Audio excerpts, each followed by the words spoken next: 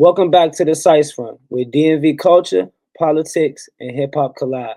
I'm your host, Trey Five, and I appreciate y'all holding it down while I was off for a minute, but we back, y'all. And tonight we got a crazy lineup and a whole bunch of crazy stories, from viral teen chaos to high-profile lawsuits, political shifts, and some real concerns in our schools. So let's lock in.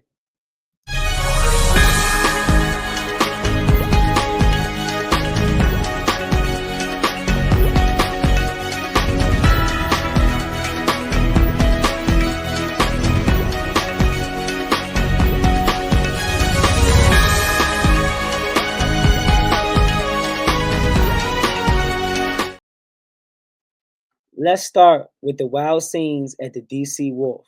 Man, it was about 30 teens fighting, getting arrested, and sparking a citywide concern. And it ain't just the Wolf. Down Six Flags, they had a whole nother young teen brawl. They went viral. So, panel, are we sicing this, or is this a real youth issue? Man, it's definitely a youth issue for sure. Anytime all of us are in a group together, whether it's, big or small, there's always going to be some type of rah-rah or whatever going on.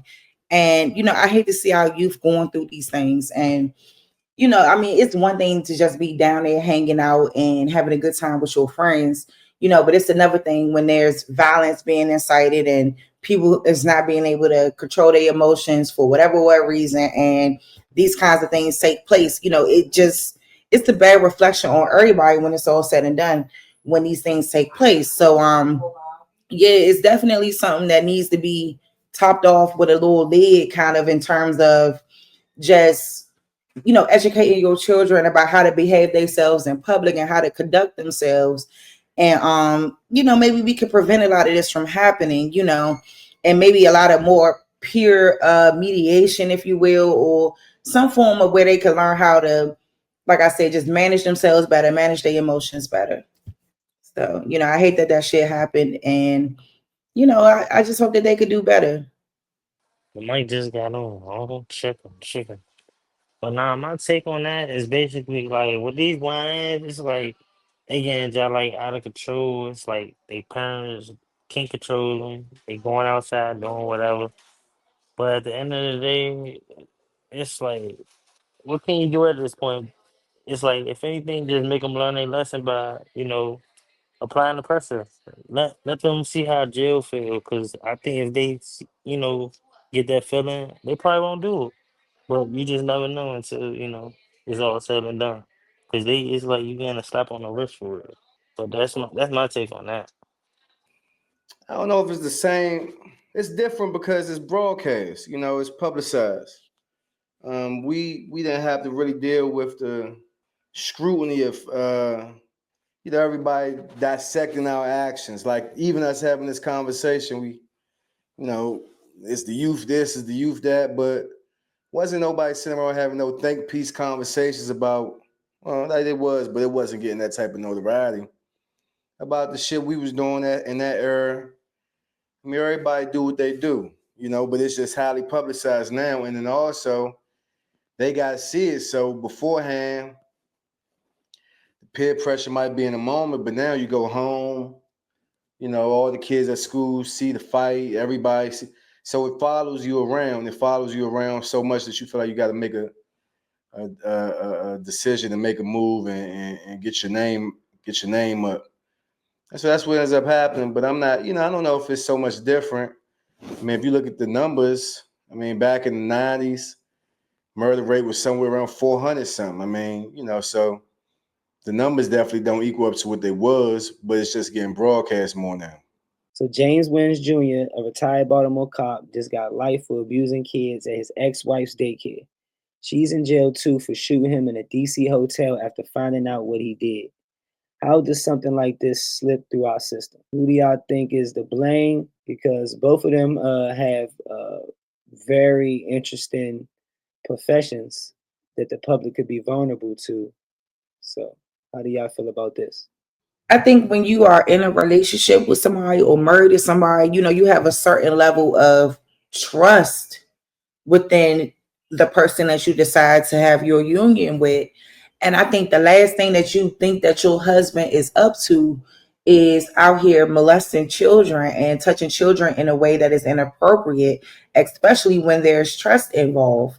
I mean, I don't feel as much for the cop as I do for the wife in particular, but I think that when she discovered that this kind of thing took place, she reacted in a way that some people would feel is a normal reaction. You know what I'm saying? Like I mean, shit, you touch my daughter, I would really, I don't know. I ain't gonna say what I would do, but I'm not sure how I would react if a man is inappropriately touching one of my children, or even children that I'm supposed to be responsible for looking after in a daycare space. That's very traumatic. Okay. And like I said, I don't feel much for a grown man who knows that that's inappropriate. You know what I mean? But as far as the wife, I mean, unfortunately, you just can't go and shoot somebody. That's under the law. You know what I'm saying? So I hate that she had to go to jail for what her actions. But I mean, I think under the law, they did pretty good with not giving her like a bunch of years in jail for obviously defending the children that she's paid, and not only paid, but just probably really truly deeply cared for. So I think that it is an awful situation. And all of that touching children and everything, that got to be checked, and that type of stuff cannot be happening. So what's the alternative?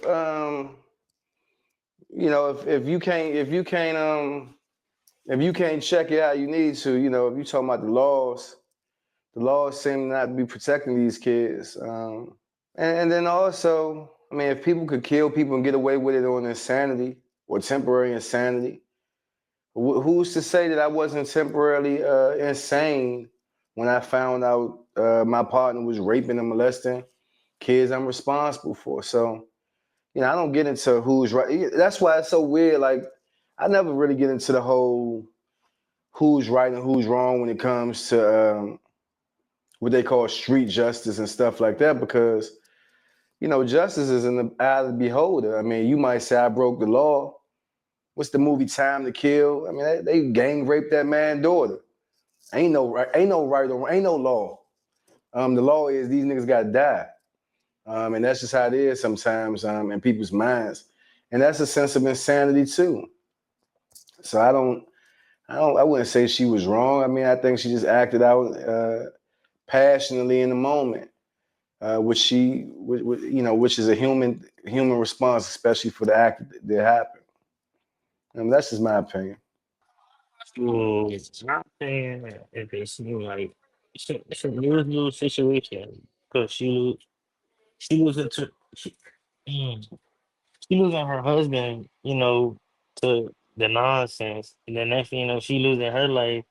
4 years, that's a long time for real, spending time in jail. It's wasted time for real, for real. Like when I was locked for the little bit of time I was, and I talked to a inmate, and he was just telling me like being in jail is just it's wasted time. So it's just like people, people do what they do, but they know the consequence at the end of the day. And for him to be a grown man, he knew what he was doing. He got what he deserved. She shot him, and she knew, what came behind that. So at the end of the day, free her, forget him. But it's like, she still probably, do got love for, her husband at the end of the day. But the way life's going right now, she gotta just think about herself at the end of the day. And, I send my prayers to her. But that's my take on that. Jail is a waste of time. I Yeah. love for you to expound on that just a little tiny bit, cause I can understand what your Sully was saying, or inmate you was talking to. Nah, he was just basically like, he did a murder, so he basically got sentenced to like 5 years or whatever. But he already been in it for like two, I think, two maybe three, I think. But in anyways, like we was just having that talk, and I'm thinking like I got in there like September 12th, So my court date was until like October or something at the end of the month. But like just having that talk with them, it just let me know like people do situate, they get in these situations, they do what they do, and then they gotta really think about it. When you sit back there in that cell, all you doing is eating 3 meals a day. You waking up 3 times a day, and you damn sure getting your tablet taken at 9 o'clock. And then when you think about it, you can't really go out your cell and do whatever you want to do like you do on a regular basis, outside of jail. But when you inside that jail, it is boring as hell, man. Like I lie to you not. Like I had to So read books he's for my saying time. it's a waste for the inmate. Nah, it's a waste of time. Like you just sitting in there like for 3, 4, 5 years. You wasted your whole, what you could have done in that 5 years span. You wasted it sitting in jail, waking up 3 hours. I mean, not 3 hours, but waking up, eating 3 times a day, Oh, waking up at so 2. basically the sentiment is like, It don't do just the waste. crime because Like, yeah, don't do the crime because you just wasting your life. Just oh, sitting okay, there, okay, okay, you okay. know, My bad. I spending thought the you was cell. going somewhere else with it. So I was just trying to figure Yeah, out Nah, what you it's were saying. like, I think her response was like an impulse response. Like when she found out what was done and what was taking place, she just reacted to that shit. You know, yeah, I think it's just one of those situations where, like I always tell people, you don't know how you're going to react when it's yeah. But affecting I was talking you like for directly. him though. But for him He though, need to be if where he he at. knew, yeah, like he need to be where he at. And then it's like he knew for a fact what comes with that. So it's like you did what you did, thinking you're gonna get away with it. Now you better waste your life just doing, whatever. And then you already know how they is in jail. Once they figure out what you is, oh yeah, they getting on your ass. But with her, it's But just like, damn, she did what she did, but it's just like, damn, that time just she can't get that time man, back. you saying That's the free only her? thing. If my kids got molested, I wouldn't be trying to hear you talking about some free her. I'm on both of their ass. Yeah, cause then again, it's like you might not know what, yeah, I yeah. mean, whoever She might would have entrusted been with it, that but place she for their might children, she they just ain't hear that. you They know, not gonna try to hear that shit. yeah. But I mean, we don't know, Ain't it a but similar it's case like like not I ain't gonna say similar, but damn, I hate when I mess people's names up. But about the light skinned lady that she said she was getting abused and she killed the dude. I don't want to say her last name is Brown, but I know what I'm talking about. Hey, come on, man, it's a famous case. And I think they still arguing her, for her right now. in Damn, Baltimore. is it in Baltimore? I think it is. It's close to us. Like, I Mm-hmm. think was they trying to say he was? I think she was saying she was getting she was getting sex trafficked or she was getting abused, or and she smoked him. Yeah, I can't remember the name. Yeah, I can't comment Yeah, on that. Yeah, I have no prior knowledge. damn. But I mean, that's why when he was saying what jail is a waste of time, I was just like, oh, I ain't understand because I'm like, what should be a living punishment? And then if jail was a waste of time, shit, then what crimes or per se, like what Floyd was saying about the laws, because shit, laws, justice, a lot of that shit is in the eye of the beholder. Like everybody's not living by the same rules. So for people to really think that, like you really gotta wake up, man. Or like, hey, this guy or somebody not gonna do this because the such and such is right there. Or this man, stop playing. Like everything can happen at all times, bro. And everybody not living by the same rules. So, cause who's the know? When she found out he wasn't trying to do something to her. What he did, he was out of line. Period. And I Yeah, felt what he has no case. And I felt what you said when you said I'd be looking at both of them because, at the end of the day, how much were you letting slide or were you condoning this? Or did you know, you can say you didn't have any prior knowledge, but did you really know? Did you see these inklings or these types of, what's the word that I'm looking for? Uh, like, Habits, what's right? Was he showing you that he had these types of, tendencies. impulses or right. So, you know, I mean, I don't know, young. It's tough, you know. I mean, she shot his ass, you know. I mean, so obviously she wasn't with it. So, you know, and because he is a police officer, so she, husband or not, nigga, she, I think she knew it was a risk there, like it just about people not believing her, because you know they could have protected him and not believed her at all. She could just be in jail for shooting an officer. She damn sure wouldn't have got 4 years. So she took a risk. She did. So even out for outing them, for shooting them, you know what I'm saying? A lot of it, that's a big fucking risk. She could have just ran. She could have did a lot of shit. Yeah. So she did stand up, man. So I just know a parent ain't hearing that shit, but I would say free her too, because I would hate for it to be my child. But damn, yeah, it's a tough one, man. It's a tough one. So I can't not put those shoes on of my child. You know what I'm saying? Because then I'm being one-sided. But so you said you'll be beefing with her? Yeah, if it was my child, you for sure. Her and everybody that work at that motherfucker. The place that you picked for your child to go, the place that you selected? For sure. We all gonna take percentage in this. I'm a percentage-based nigga. I can still have 60%. I can still have 60. I can still have 60. But that don't mean I'm not gonna be aware or point out the 13 here, the 20 here, the 7 here, or I'm gonna keep making the same mistakes. And regardless if I pick it, you trusting this is a profession. I'm trusting them to take care of my children because this is what they do for a living. When I get on the bus and the bus crash, nigga gonna be like, wait, nigga, you didn't pick the one that hang 30 minutes. If you was at work on time, you wouldn't have got on that bus. But when you getting on a bus, when you getting on a plane, when you are entrusting these people to do their fucking jobs. We can't do everything 24/7. How you gonna pay bills and watch your kids 24/7? How you gonna watch your kids 24/7 and pay bills? We every day we gotta put our lives in other people's hands.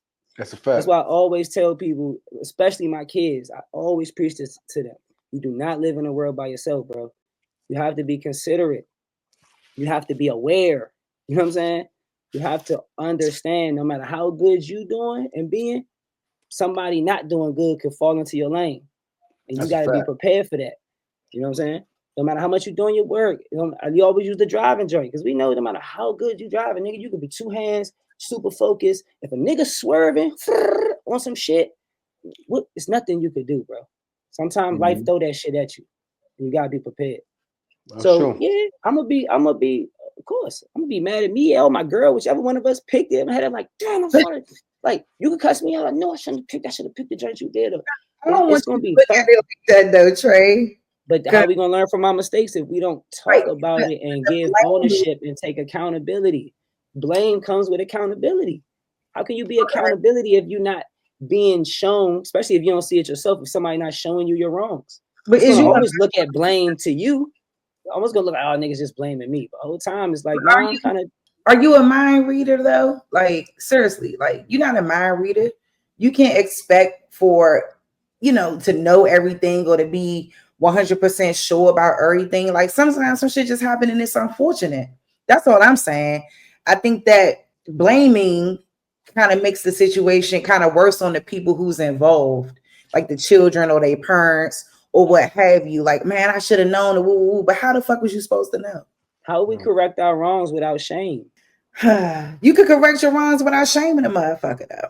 How? I'm asking you how. I mean, it's just about conversations, right? And how we speak to one another, how we talk to one another, and how we lay out our points about what's right and what's wrong. You can do that without doing it in a shameful way. At least that's what I think. It's probably possible, but realistically, how often does it happen? Majority of us, a lot of people, me included, in the process of raising my children, when I whip their ass, I'm shaming them. If I put them in the corner, I'm shaming them. If I raise my voice and be stern in some type of way, no matter what I think of teaching, I'm just giving them game. But it doesn't matter. If they're gonna take it as shame, in certain situations, I have to make it come across that so they can understand this is a no good, bro. This is no bueno. You are gonna be no good. You're gonna get shamed. You're gonna get. This is not gonna be something you could do over and over. whether it's lying, stealing, hitting other people, you know what I'm saying? Not listening, being bad. I'd rather shame you than you keep running and you run your ass across the street and get hit by a fucking truck. But that's my logic, you know what I'm saying? So, I mean, maybe it's just me not liking the word shame per se, because I think like shame is like borderline embarrassment, kind of. I don't know. And I think you can teach kids and you don't have to necessarily make them feel low, if you will. I mean, I don't know. That's just me though. I mean, like I always try to talk to my daughter. I try to explain to her like, hey, this is where I'm coming from and this is how I see it. I'm still your mother and this is what it's going to be. You're not going to be talking in class. You're not going to be smacking kids. You're not going to be doing anything like that. Like I just think that there's a way that it could be done without making them feel low, if you will. I mean, I'm not saying you making your babies feel low or anything like that. No, yes, I am. I'll take it on the chin. Yes, I am. Because when I say the same thing you just said, because I'm your dad, I'm letting them know it's a hierarchy, little nigga. Yeah, I'm your dad. I have more knowledge. I have more experience. I'm trying to let you know, even if I'm wrong, my wrong may be better than yours, Lord man. So until you get smart enough and you can out teach my teachings, or you outlearn these things, I'm gonna listen to you. But it ain't that I don't listen to them. I listen to them too, because regardless of what I think is right, sometimes, nigga, you don't want, if you want to eat fried chicken and not chicken nuggets, like, that's your prerogative. I probably need to follow suit. You know what I'm saying? Because I want you to eat. So certain things, I gotta know where my ass at, and I can learn from you. Oh, that is your friend, or oh, they didn't say nothing bad to you, or whatever the case may be. But it's a hierarchy, straight up. For sure. I don't disagree. I do feel like there's a difference in parenting when it comes to fathers and mothers. Like the father is supposed to bring in that necessary discipline and things like that a mother just doesn't have that type of capability.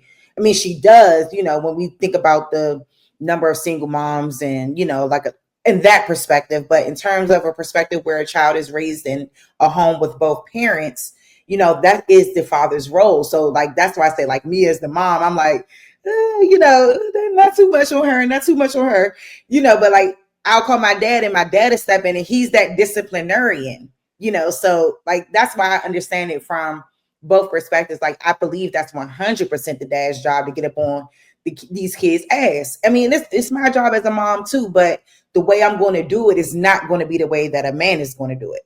That's all. And that's what I'm saying, the same thing. That don't mean my way is the way, or it's just my way. So I'm just letting you, I'm just gonna always say the perspective that I'm speaking from. You know what I'm saying?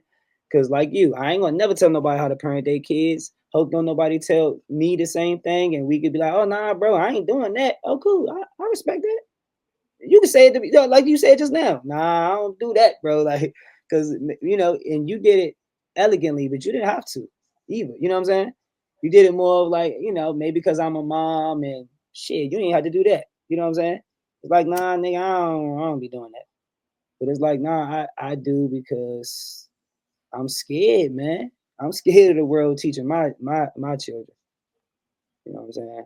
So I try to teach them everything, all the first fears, cries. I'll be trying to experience all of that shit. You know what I'm saying? So like, oh, bro, I think you got too mad about that situation right there.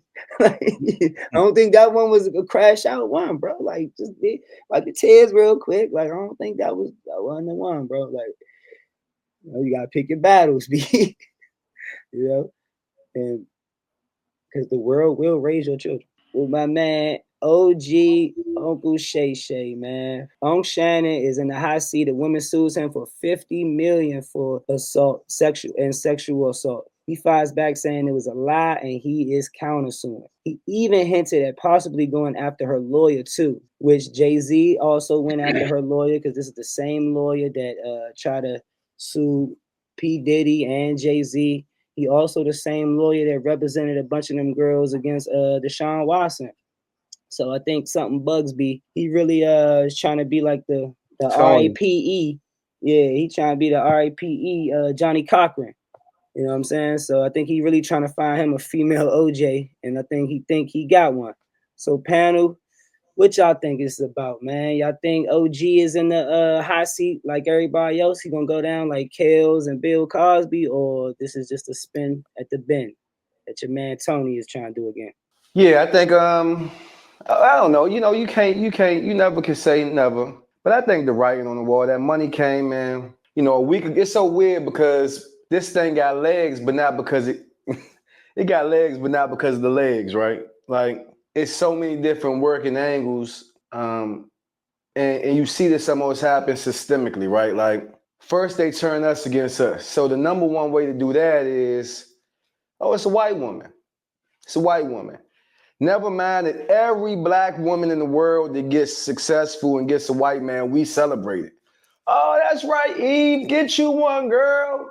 That's right, Mariah Carey, get you one, girl. I'm going to get me one. I'm going to get me an Italian. I'm going to get me a Chinese boy. You hear this all the time. I'm sick of dealing with niggas. I'm going to get me, You want to hear a song like Black, bro, you got to get a girl that's 300 pounds like Rest of Soul, Angie Stone to sing it. You want to hear brown skin, you got to get India Ari with a head wrap and no lotion on her face to sing it. But if you want to get one of them girls that's everybody thinks is beautiful, this and that, you got to be paying for the pussy, right? And that's okay. That's okay. But a man find love with somebody who not a black woman or whatever, and we chastise him. This wasn't about no love. It's about busting a nut. So you getting in your feelings, people saying, oh, well, he telling the girl he gonna put a big black baby in you. Well, you never seen Pornhub, nigga? You never seen black when them girls be like, put that big fat black cock in me and bust that nut in me, bust that load, I wanna feel your load. Shannon, 56 years old, man. He want one of them young bitches to say, I wanna feel your big black cock. He wants, that's what he wants. He got all the money in the world. He could get all these women he wants. He want to hear that. That's what he wants. And that's fine because everybody got their preferences and everybody got the right to enjoy whatever they want. Here's the problem. He's been famous longer than he's been rich. That's a bar, but that's the truth. He been famous longer than he been rich. And so we know him. We've known him a long time, but the access that he has to pussy and money and power at this point is at an unprecedented level for him. And he's learning how to navigate that in these ways. There's a reason why you don't hear certain. Look at LeBron. You could go on YouTube and look at LeBron and other girls and watch how, a girl could be in the club at the bar. LeBron gonna walk to the other end of the club. LeBron don't want to be in the picture with a bitch, nothing. They can, heck, I get the autograph. Oh, he stiff-armed the bitch like he buried Sanders in 95. Right? Because this is what's going on. We not trying to have these lawsuits, these frivolous claims. We don't want no thing at all. Look, anytime I have a meeting, I keep the door open if it's a woman. The door is open. I don't care if you cry, whatever, the door open. Because I'm covering my ass, pause. And this is where we at with it, man. Like, Shannon got enough money, he'll fight the case. If it's frivolous, it's frivolous. God willing. But if it ain't, I'm sure it'll come out. Bugsby seems to be like, it's no doubt he's targeting us. He's targeting rich, black, celebrity people in the hopes that somebody going to say, here's the thing, because I know somebody going to talk about it. I don't know if you want to bring it up. Now what they say, and I hate to see it, all the bloggers, all the podcasts, they like, man, I was with Shannon until they said he tried to pay the girl off. Now I don't know. Dog, if I'm worth hundreds of millions of dollars now, I got contracts coming in. No problem. Hundreds of $1 million contracts. Man, take this 10 million and get the fuck out of my face before you ruin everything I done built. No one said that when Jeff Bezos gave his wife, 50 billion, 100 billion, whatever the fuck billion dollars it was. It was like, damn, Jeff Bezos' wife got him good. And the next day he made $250 billion or whatever the fuck it was. He gave her that money to get the fuck out his face so he could go make this big money. And that's what he did. The next day he signed a big contract worth way more money. Bitch, you ain't getting that. So take this because you ain't getting that. And that's all I think Shannon was doing, either that or trying to figure out, is this a money grab here? Let me dangle 10 million in your face. And if you bite, well then now I got the proof that this was all about extortion. But people like, oh, see, I knew it. y'all don't even think past the headline because you want to make some headlines and you want to get your clicks up and your views up. But I mean, Stephen A has shown himself to be who he is. All of a sudden, you're not Shannon friend. You don't really know him like that. The boss has made the decision. You just made a recommendation, but you're doing content on your man. You know, like I know, Five, that when this thing first happened with Trayon getting locked up in DC, we had conversations, and it was certain shit because I know the nigga personally. I was uncomfortable discussing on a platform like a podcast. Even on my own platforms, I'm very careful with how I discuss things with people who I know personally, or people who I'm gonna be around, people who I have access to personally. That's just some messy shit. Fuck the clicks and the ratings and the views. I know I'm gonna get more views on the subject because I know the nigga personally. So you want to tune in to see what I have to say on the subject, especially when the nigga is fighting an indictment. You don't do stuff like that. You don't do stuff like that. So Stephen A. trying to so-called be politically correct while also monetizing and capitalizing off his co-worker and friend's misfortune is just nasty work. But this is what happens. You see everybody's kind of distancing themselves from him. They like, oh, it's over for Shannon. That nigga's YouTube shit alone is worth millions, hundreds of millions, tens of millions, maybe not hundreds, tens of millions of dollars. Fuck ESPN. That's why he stepped down before they could fire him. I'm gonna go ahead and step down, take 6 months away. I don't want to cause y'all no distractions, and I'm making a lot of money over here. He was there draft night at the draft doing live broadcasting for his shit, not for ESPN, making money. So, that's hopefully if you're a man who aspires to be great, you prepare for the pitfalls and you stay away from the white pussy if you have an issue, because that's gonna be what they use. Look at Jonathan Majors. Look at Nate Parker, the nigga who tried to do the Nat Turner movie. It was good as long as he was making Beyond the Lights and all of this fake bodyguard shit. But as soon as you want to talk about killing some crackers in a slave revolt, now they bring up some shit. You raped a white girl in college, all sorts of shit. So this is what they do. This is what they do. And I'm not saying nothing wrong with interracial dating or whatever. Do what you want to do, but be prepared. Be prepared if you ever want to be great for opposition, and great opposition at that. Yeah, I mean, I concur with Floyd. I just, when I heard it, I just said, damn. And then when I heard the Tony Busby person, I already knew what time it was. I feel like that interview that Uncle Shay Shay had with Monique just didn't age well.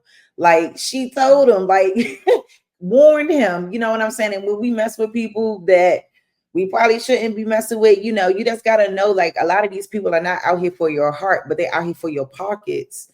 And I think that that's where the slip up kind of happened at. And then whatever she was recording and all of that stuff being used against them, hey man, I don't like the situation for him, but like, these are the consequences when you decide to mess with young ladies who are light years younger than you, and only after, what you can probably do for them or provide to them or whatever. And then you end up in such a messy, sticky situation that could potentially ruin, like, not only you as a person, but your reputation and everything else that you got going for yourself. So, like, I'm not against him trying to settle it outside of the situation, trying not to let it hit the public mainstream platforms and things like that, because I do understand what he was trying to do. But it's like, you got to understand, when a person like, obviously this Tony Busby person gets in the way, you know what I'm saying? He's definitely out for your coins. And they say he inked a $100 million deal, or was getting ready to ink it, for his YouTube channel and his YouTube space, and in turn, now he's in a whirlwind of shit. Like, I just, wish that, and hopefully maybe now he'll learn that he needs to choose wisely. He has all the options in the world, and there was options he decided not to go with. And then there's, he wanted to deal with the 20-year-old younger YT girl or whatever. These are the types of things that, honestly, that you should be looking over your head, like, with a swivel on, because that they trying to come for you in another way. And I'm not going to act like a lot of these younger girls don't like dealing with older men and things like that. but to completely try to set this man up and scam him is crazy work. And unfortunately, it looked like that shit working. So I don't like that he's in this predicament, as one of the Hall of Famers and all of this stuff that he has been doing so well for himself, be overshadowed by such a terrible decision that he made to deal with someone who was ready to exploit him and blackmail him. So My take on that is what seen that video with Sean whatever he was doing. It's kind of like word on. I mean, he got the money. He knew what to do. So at the end of the day, we just gonna see what happens. What unfolds. It is what it is. You know what I'm saying? Being black, being black. Real quick, hey, I got an OG that's gonna watch this. Hey, OG, you asked me. I didn't do it on purpose, but you actually asked me to get somebody to articulate that the $10 million may not necessarily be an admission of guilt. I want you to tell me if Floyd did that. He brought up very good fucking points. I'm not gonna lie. The Jeff Bezos point was a great point. Flaunt the 10 before I get the Benji. Like, what the fuck? I'm gonna get the bean for. Well, I'm gonna get the bean and then let you try hit me after that. Like, I'd be a fucking fool. Like, but what I don't. One thing about Shannon, one thing about Shannon though, and I'm not a put a cape on type of nigga. But one thing for Shannon is what I don't see that I seen for a lot of black other superstars. I particularly seen it for Jay-Z and Shannon Sharpe, where niggas is not fucking with the accuser. Now, a lot of other niggas, I'm not gonna lie, niggas is straight rocking with the accusers. But it seemed like in the Jay-Z case and this Shannon Sharpe case, nigga don't give, like, people not really caring about the accuser. Because you gotta understand they never gave her name. Shannon put her name out there. They put her name. Him and his lawyer. They put her name out there. So when it was Ime Udoka, oh, he ain't do nothing but have consensual sex, and they motherfucking fired him. Like, they put Ime under the fucking bus for having consensual sex with another nigga wife. Now this young girl is on OG back. She's not a young girl, dog. She's 20 something. Okay. We talking about in comparison of who she accusing. No, man. She young as shit. We gotta be careful with them words, man. She ain't young. Young woman. Nah, girl. I say young girl. That's a fact. I say young girl. Young woman. Ain't she 21, 20? I thought she was 19. Well, she not 19. Well, Miss the Realist, just a day before Shannon was brought up on these accusations, we all got to watch every woman in the world high-five each other when Diana Ross' daughter came on an interview and said how she loves to only date younger men because... you gotta show up Thursday. I need you Thursday. Why did you just say this? This is exactly what my Thursday episode is about. Talk to him. No, talk to him. Go ahead. Talk to him. We celebrate it right now. When it comes to women dealing with younger men, it's all the reasons in the world, right? And we celebrate, we high five. I know that's right. Stella got a groove back. These is hit movies about Angela Bassett being a 50-year-old woman fucking a 19-year-old Jamaican nigga on a resort and having a family with him, right? Only to find out later that he was a bisexual man in real life. But that's the truth. But Tay Diggs ain't want to make that part 2, huh? Not that sequel, huh? He said, no, I'm not doing that. But you know what I'm saying? Like, so, because I'm looking at it, right? I'm having a conversation the other night with a chick. And it wasn't to maybe about an hour, and we was all outside, vibing. I'm smoking, drinking, I'm talking, and maybe about 45, well, an hour, but when you're outside, it seems a little longer than what it is. And at some point, she was saying something that kind of clicked to me that she didn't understand whatever reference I was making. You know how, like, you might say something like, man, I'm feeling younger than Doogie Howser or some shit. Who the fuck is Doogie Howser? But to us, nigga, that was motherfucking Doogie Howser, nigga, the young doctor, right? She didn't catch none of the references I was making. So it made me say, man, how old is you, man? She said 21. I'm like, damn. All right. I mean, I didn't know. It caught me so off guard. It wasn't a bad thing. It wasn't like, but like it's vilified for us as men, right? They make it seem like we creeps. Oh, you mess with them young girls. It's all right when they do it. When the women getting a young man, it's cool. It's a young man. But when we fuck with somebody young, it's a young girl. It's a little girl, right? It's a whole other context. So you only fucking them little girls because you want to control them and you insecure as a man and you not strong enough for no, bitch. I'm not trying to deal with your 40-year-old jaded ass who done had 4 or 5 kids. You hate men, you hate life, you hate yourself, and you don't want to do shit but sit in the house bitching, drinking, not gaining, not hitting the gym, not getting your body right, and I'm supposed to fuck with you forever? Impossible. Okay, so to respond to you, I think when an older woman mess with a younger man, he's just as much a victim. Like, what the fuck? Like, a victim? You damn right. That's how I see it. Hey, look, he's 18 and 19 and his girlfriend's like 37. Yeah, he's a victim. Hey, that's to me. That's me. Yeah, but you not August Alsina letting Jada Pinkett suck on your nuts, nigga. So ask him if he felt like a victim when he was fucking Jada in the shower. What you feel? He was What's fucking the reality of it? You just Floyd. Floyd be starting. That's why. That's why I be trying to start with him. That nigga done pumped his camera out. I done knocked his camera off the screen. I'm telling you. But I mean, start with Floyd. Now look, and that's what the episode Thursday is about. Because now, should that double standard exist though?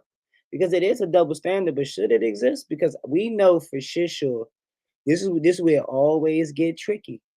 Yeah. When you make the person your child. Because women will be on that, yeah, take me out to Cabo, take me out to eat here, blah, blah, blah, blah. But would you let your son do that? Would you let a girl play your son like that? Man, we can say all of that. Talking to the older man, Trey. But that's what I'm saying. We can say all that cool shit about, man, we should be able to hit them youngins. But do I want my 20-year-old daughter dealing with a 37-year-old man? Yeah, or 47-year-old man. No, I'm not gonna want that. I'm just being 100. So I have to. That's what some of the shit that I be try to put my feet in all the shoes. You know what I'm saying? And appreciate you, Epic Studies. Oh yeah, shout out to Epic Studies. Peace and love, baby. Yes, sir.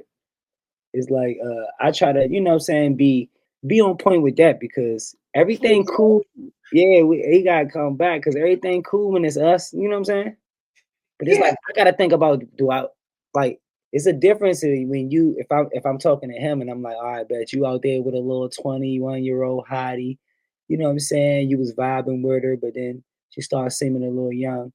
It's cool until I'm looking at like my little niece or somebody like that's that 21-year-old hottie. I'm like, I don't know. I don't know if I'm rocking with that. So sometimes in my Nah, because how the fuck Floyd try to make it seem like I want him to come back. Because I don't want him to make it seem like I'm condoning. That's why I said off the rip that if a 19-year-old boy is messing with a 47-year-old bitch, yes, he's a victim as well. He's a victim. And I know in society, when we're talking about gender roles and different things like that, it's not always looked at that way. But yes, he is.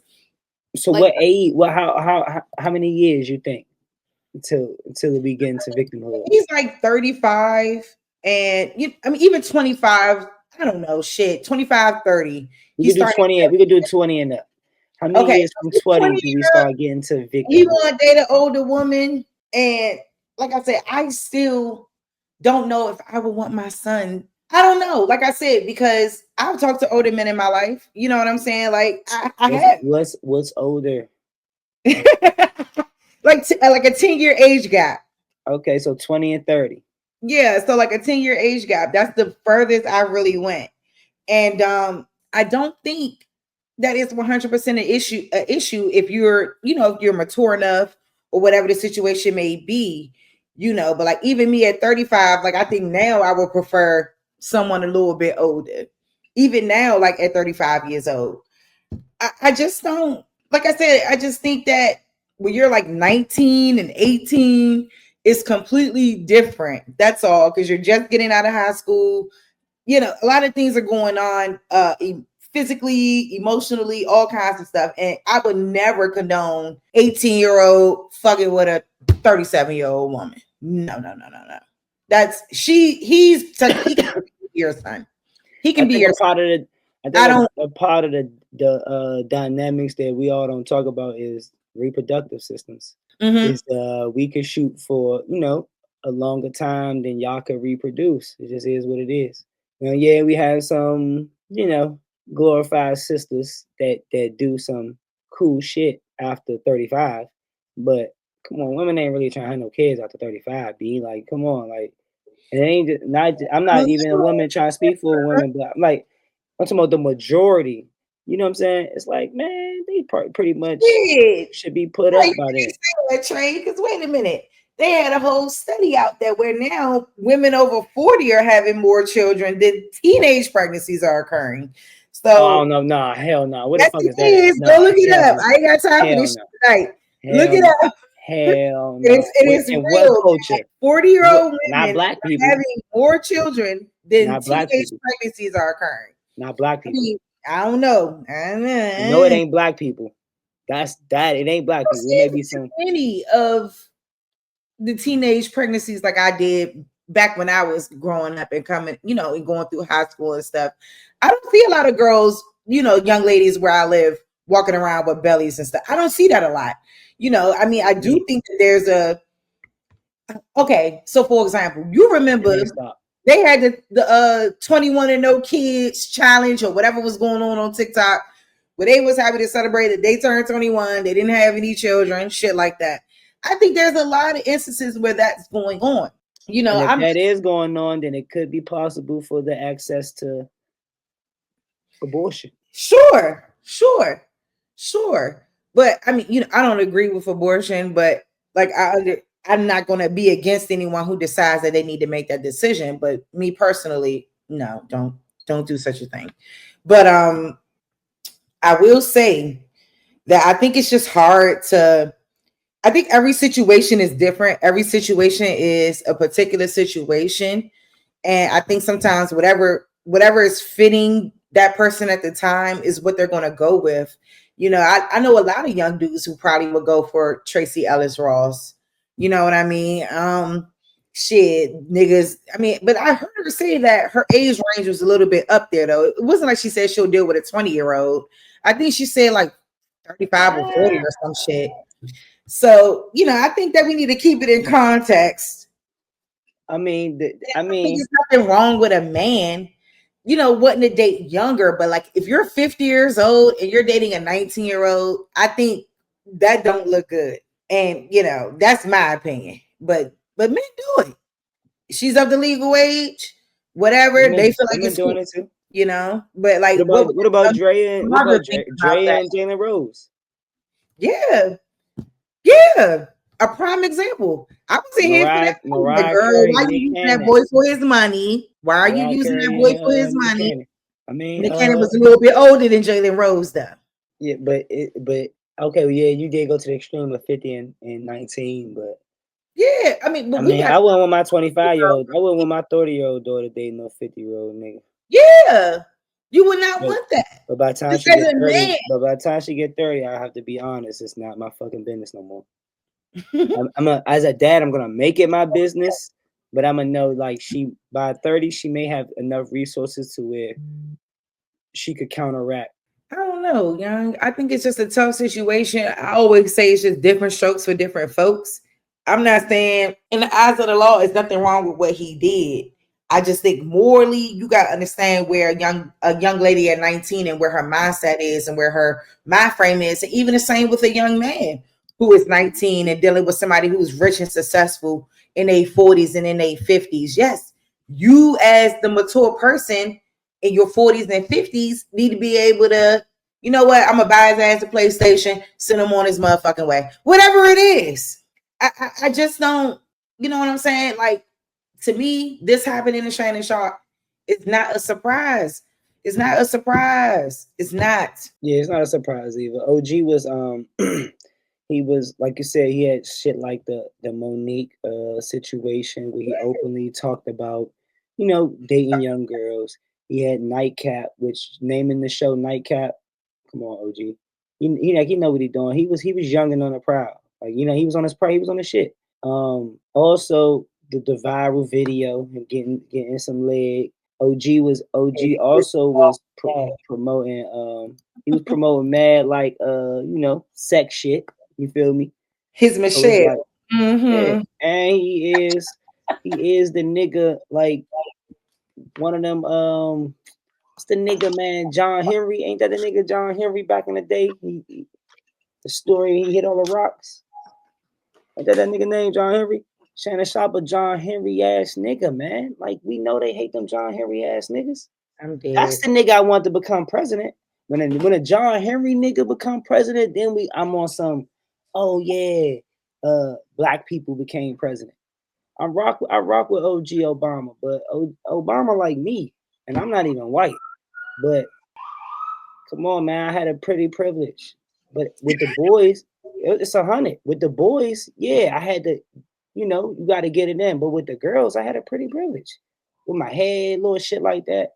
So I know with the optics they used, the optics they did with that. I'm not stupid. I need a John Henry. We need a Shannon Sharpe ass nigga to become president. Then I'm like, oh, all right, black nigga became president. I need no disrespect. I need that black, who they call monkey, the one they hate, the strong black nigga they fear. Obama was a slick, cool, skinny nigga, could shoot a jump. Nah, we need a nigga that walk in the building and he got stature as president. He making niggas be like, damn, I need to go do some push-ups. Nah, we need one of them niggas. Yeah. We need when we ask that nigga, hey, what you gonna do for black people? He got an answer with a straight face. His voice don't quiver, nothing. Like, we need real nigga in there. Like, I ain't fooling us with that shit, man. And I appreciate OG because I think it's positive things that happen. You know what I'm saying? It's all about your perspective. You feel me? Who you talking about, Barack? Yeah, it's all about your perspective. Because as president, he did a lot of fucked up shit that you could judge a president as. So as far as wars, killing people, did a lot of fucked up shit, B. So it's like all that just because he black shit. It's like we gotta understand. Do we fuck with the position? Do we fuck with the people? You know. And that's when I talk to people, I'll be understanding what you understand. You fuck with the person. You fuck with what he did in office. You fuck what he did, like you fuck with him as a dad, as a husband, like, you know, don't make no difference to me. I think it's real strategic how they've turned us against Barack. It's very strategic, and the biggest, like one of the turned us against him. You don't think he did that?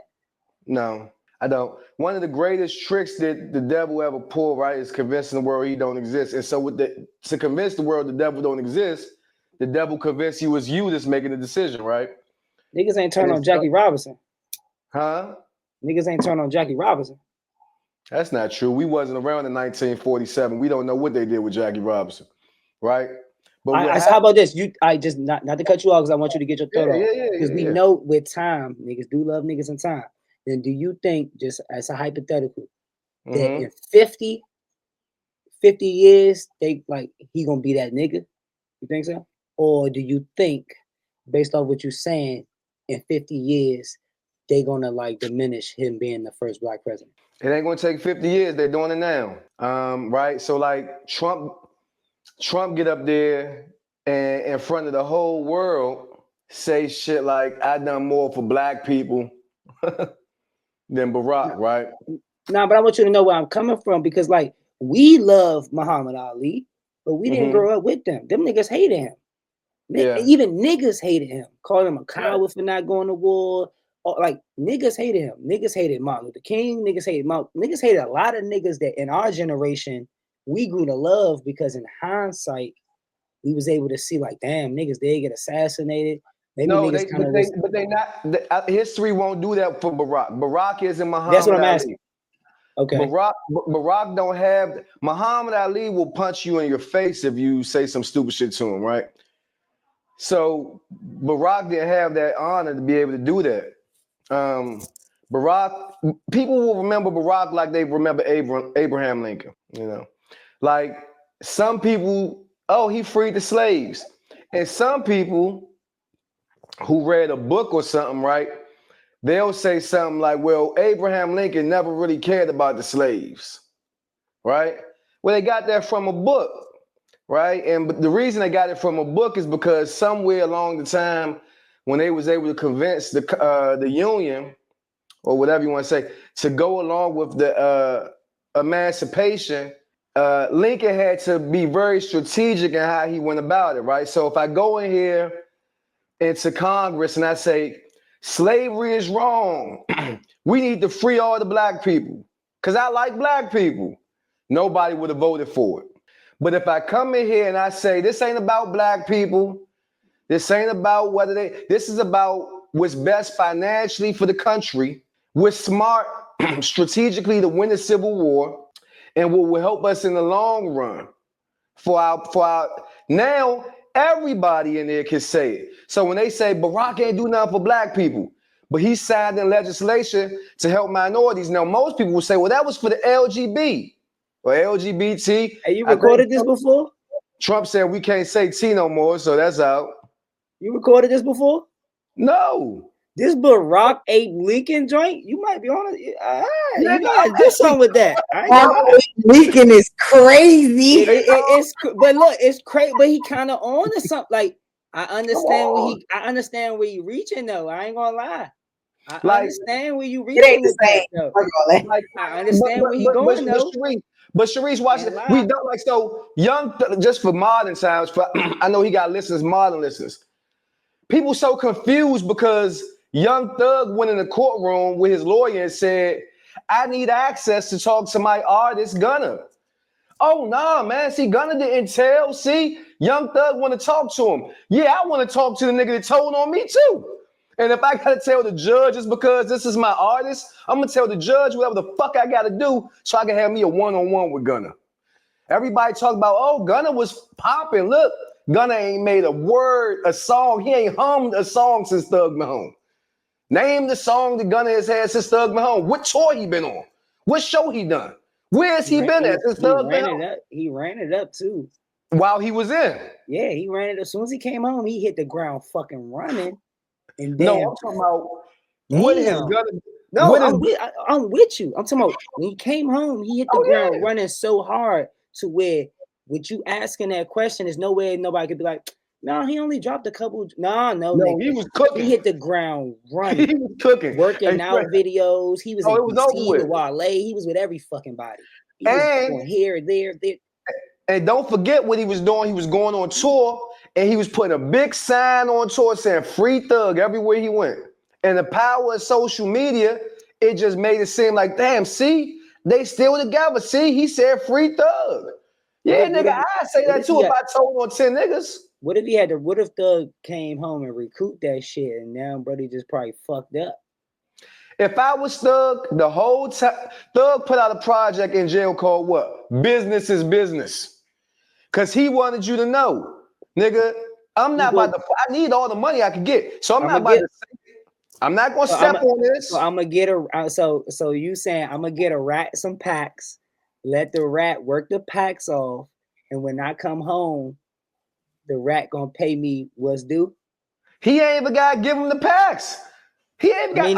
But I'm saying hypothetically, he is artist. Let him go owe you whatever that he could have owed Thug an album or some shit. Man, he owed me his life, nigga. What you talking about? I'm talking about business wise where he can't get hit for extortion because you know what I'm saying. Man, but Thug is extorting him, nigga. You want to live, nigga? Keep putting out that music and cut me my motherfucking coins, nigga. And we don't have nothing else to talk about. Somebody just did an interview. The streets is dead.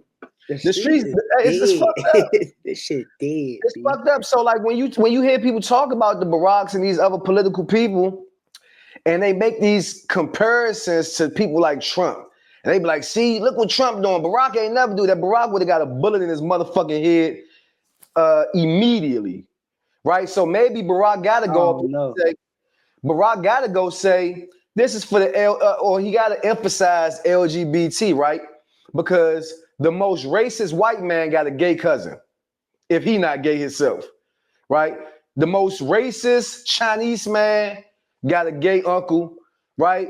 Everybody got somebody gay in their family if they not gay themselves, right? So it's much easier to stand behind a bill that supports their gay cousin than their black neighbor, right? It's the same fucking bill. It's the same bill.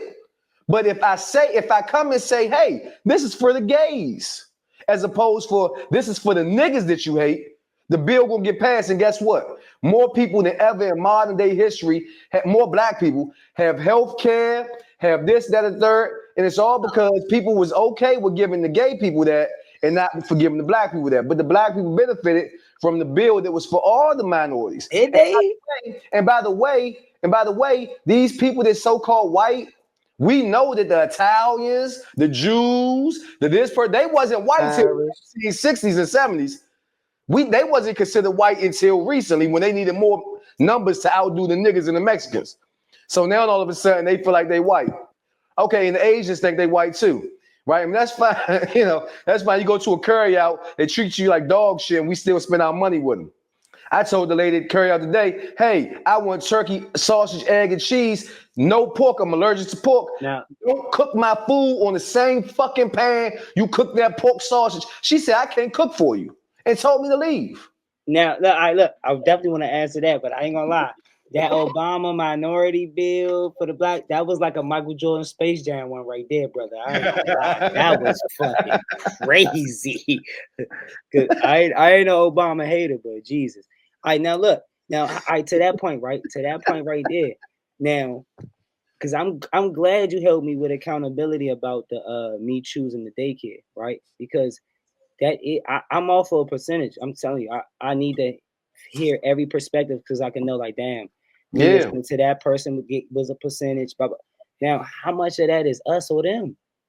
Because she ain't lying. Like the way they probably prepare their shit, nigga. She would have to go to above and beyond to get your $17, and she ain't doing that.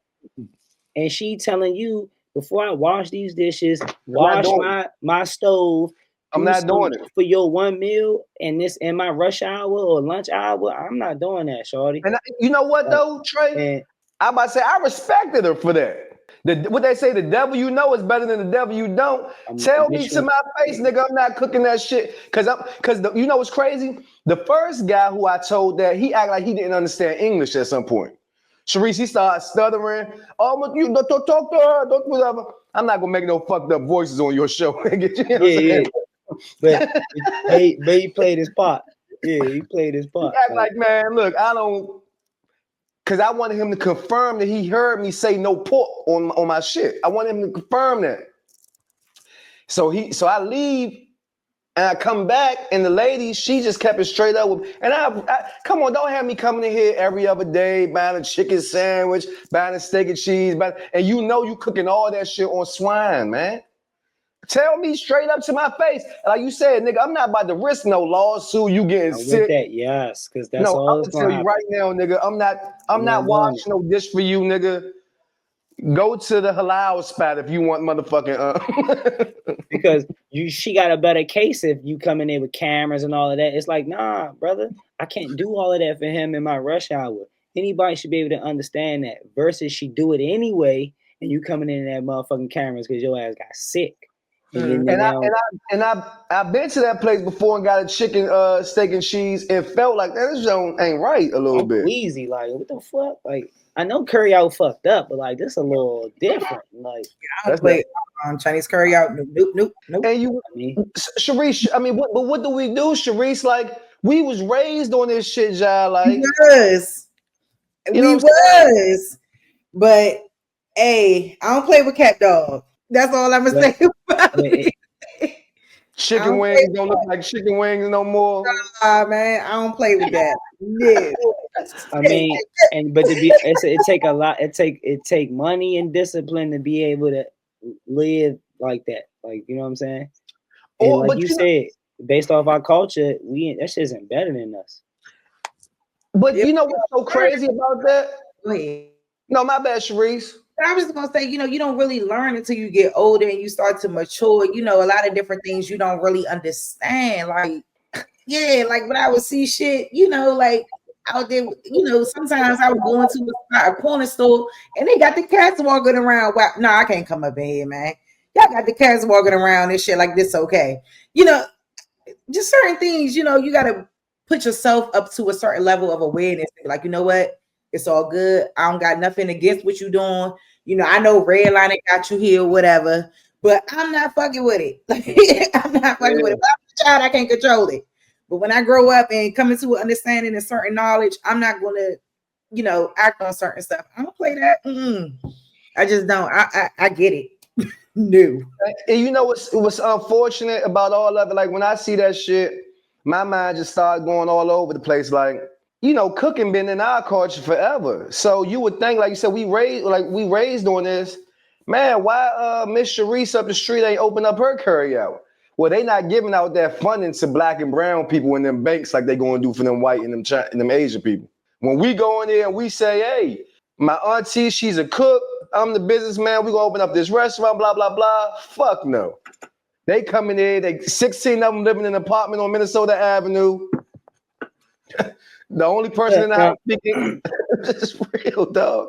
Now, look, that could be a thing too, right? But something I always gotta say, right? That's just a living experience, man. I can't, like, I've worked in kitchens and shit, man, and them niggas work, bro. Like, and it's no disrespect to us, but I worked at several. I don't say several, but I worked at a couple like restaurants or fast food joints. Several is 7. I probably worked in 7 by my whole life, right? So I hate to say it out loud because it's fucking, that's just my experience, bro. Like, them niggas work. The people even in my managerial spots, the people that I have issues with, who the fuck y'all think I got issues with every time? Who y'all think not trying to clean up? Who y'all think cutting corners? Who y'all think showing up late? Who y'all think trying to leave early? Who y'all think calling out? Nigga. Bro, like, nigga, we got 500 years of backlog work. We tired, nigga. Them niggas the reason. Bro, the niggas that gotta show up to them restaurants ain't got them years. Yeah, yes, they do. They great-great-grandfather talking to them through their spirit. They say, nigga, enough. Let them Chinese people come do this shit. They ain't have to do this shit 400 years ago. We've been doing this shit for 400 years, nigga. I'm tired of cleaning up this shit. Y'all do it. And maybe I'm one of them niggas too, because I am the next boy. You think I ain't cut corners? I had the same spirit that you saying, no. But I'm saying, is it right? Hey, bro, I was asked for emails from Mike's Seafood Shack today, nigga. Eating king crabs, nigga, while I'm talking about, we gonna go forward with this bill. We gonna process this payment. Can I get more butter in Old Bay, please? I'm cutting the corner. Fuck that, nigga. It's called wellness. It's a wellness day. Because I grew up on that, man, fuck the company, da-da-da. But I can't lie, in hindsight, as an adult, it's like, nah, man, like, I'm with you. I want proper people to prepare my food. Like, I'm in moments where I'm just being a youngin', thinking, oh, this ain't fuck the man, and let me just clock my hours. But, like, people really try and show up to Target and shop and have a good experience, and dickheads, your ass is in here getting paid. Show these people what they trying to get. Take them with it. Like, do your fucking job, nigga. Get an attitude off your face. Be happy because somebody paying you to fucking, company is compensating you in your area so you can get some fucking money. Like, yeah. But as a kid, I wasn't looking at it like that. That's about self-pride. Fuck Target. I'm gonna do this because I care about me, nigga. How I represent myself. This ain't about Walmart. This is about me. But they gonna get that trickle effect though, is my point. You have to have that self-respect. Like, and I had to learn to like, nah, nigga, it's bigger than them, nigga. You want to be a good employee anywhere, everywhere. You want to be a good nigga walking up the steps, nigga. That's a fact. You talking about? You want to be good. You want to be a lit ass nigga, the littest nigga to go get the mail. Everything you do. I try to be fire when I go get my kids from the bus. I speak to the bus driver. We got little routines with the dap. All the kids that get off with them know me. Yeah. like, oh, you gotta have that. And whatever you do and whatever it is, even if you don't feel like, you ain't gonna be there forever, but you need to do the best you can while you there. Like, I hate when I go into Walmart and they keep giving me attitude. Bro, stop what the fuck you doing. Like, if you don't want to be here, go somewhere else, man. I'm asking you what's that. Like, stop. Right. Like, stop it. You getting paid, bro. Like, It's not my fault you make it $16.99, motherfucker. No, show me what bro. Fuck Yeah, show me where that shit at. Show me where I can get my fucking curry. dog food at, nigga. Just smack the shit out you, nigga. That's the problem. We gotta stop. That's our problem. I'm telling you, we be mad that we there instead of being grateful for an opportunity. Whether, like I said, everybody got to start from somewhere. You know what I'm saying? Like, I'm never against any of that kind of stuff. We all got to start from somewhere, no matter what.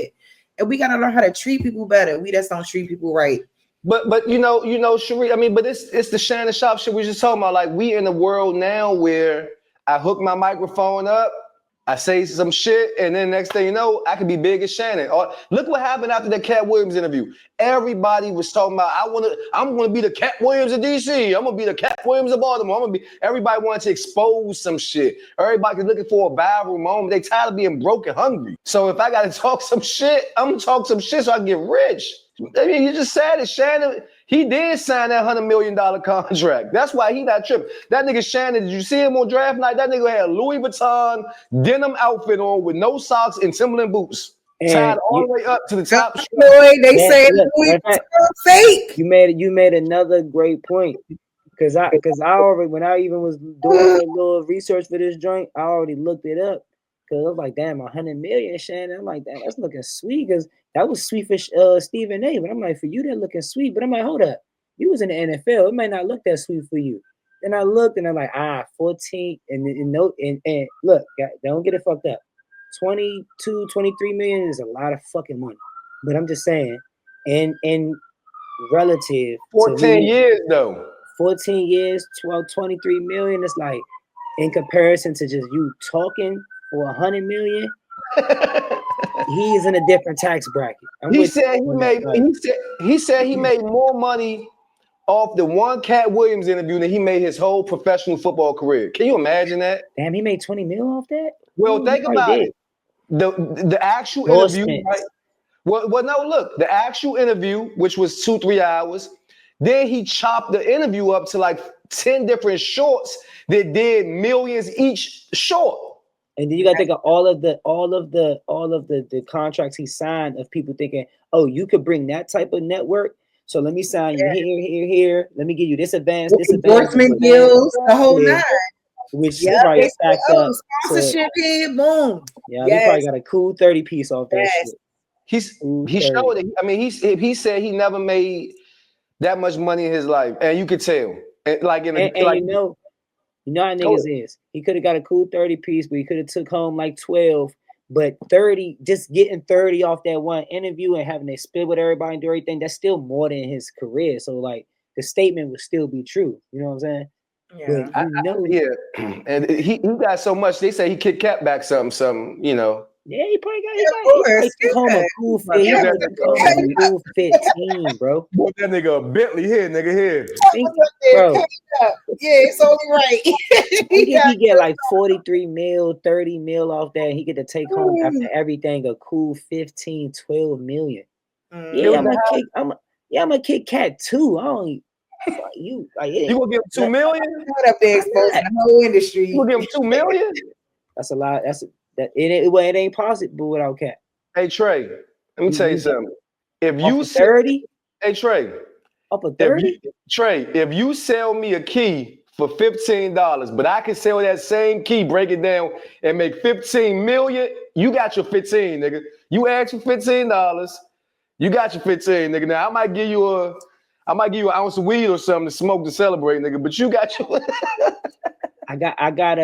we got different beliefs. I gotta pay for my lessons, bro. I don't know how I explain it, but shit works for me. Talking shit. That little, I don't know how I explain the method, but that shit worked for me because I have to break bread because I feel like I have to make people feel like they could do it with me over and over, and like we all gonna always because that's what I feel like that's what makes it be what it's supposed to be. You know what I'm saying?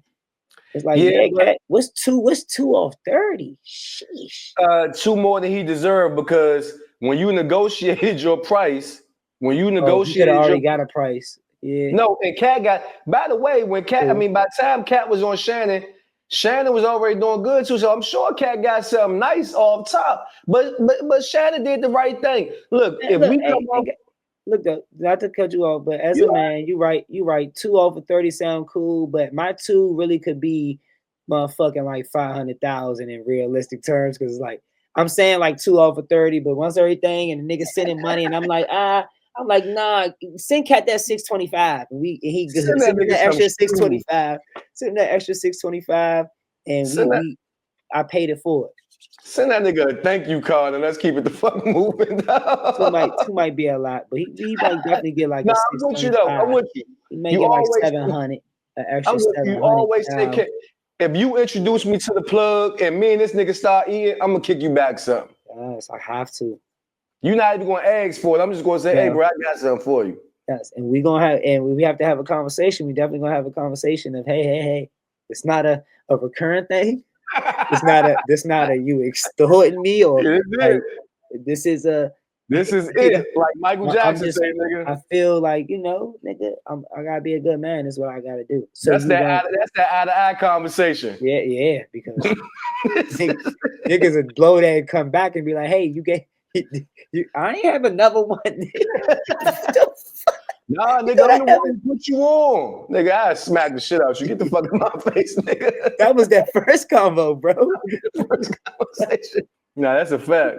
You coming back for another 600? Now it's extortion. Now you Jay Prince. Now you big dog in me. Like,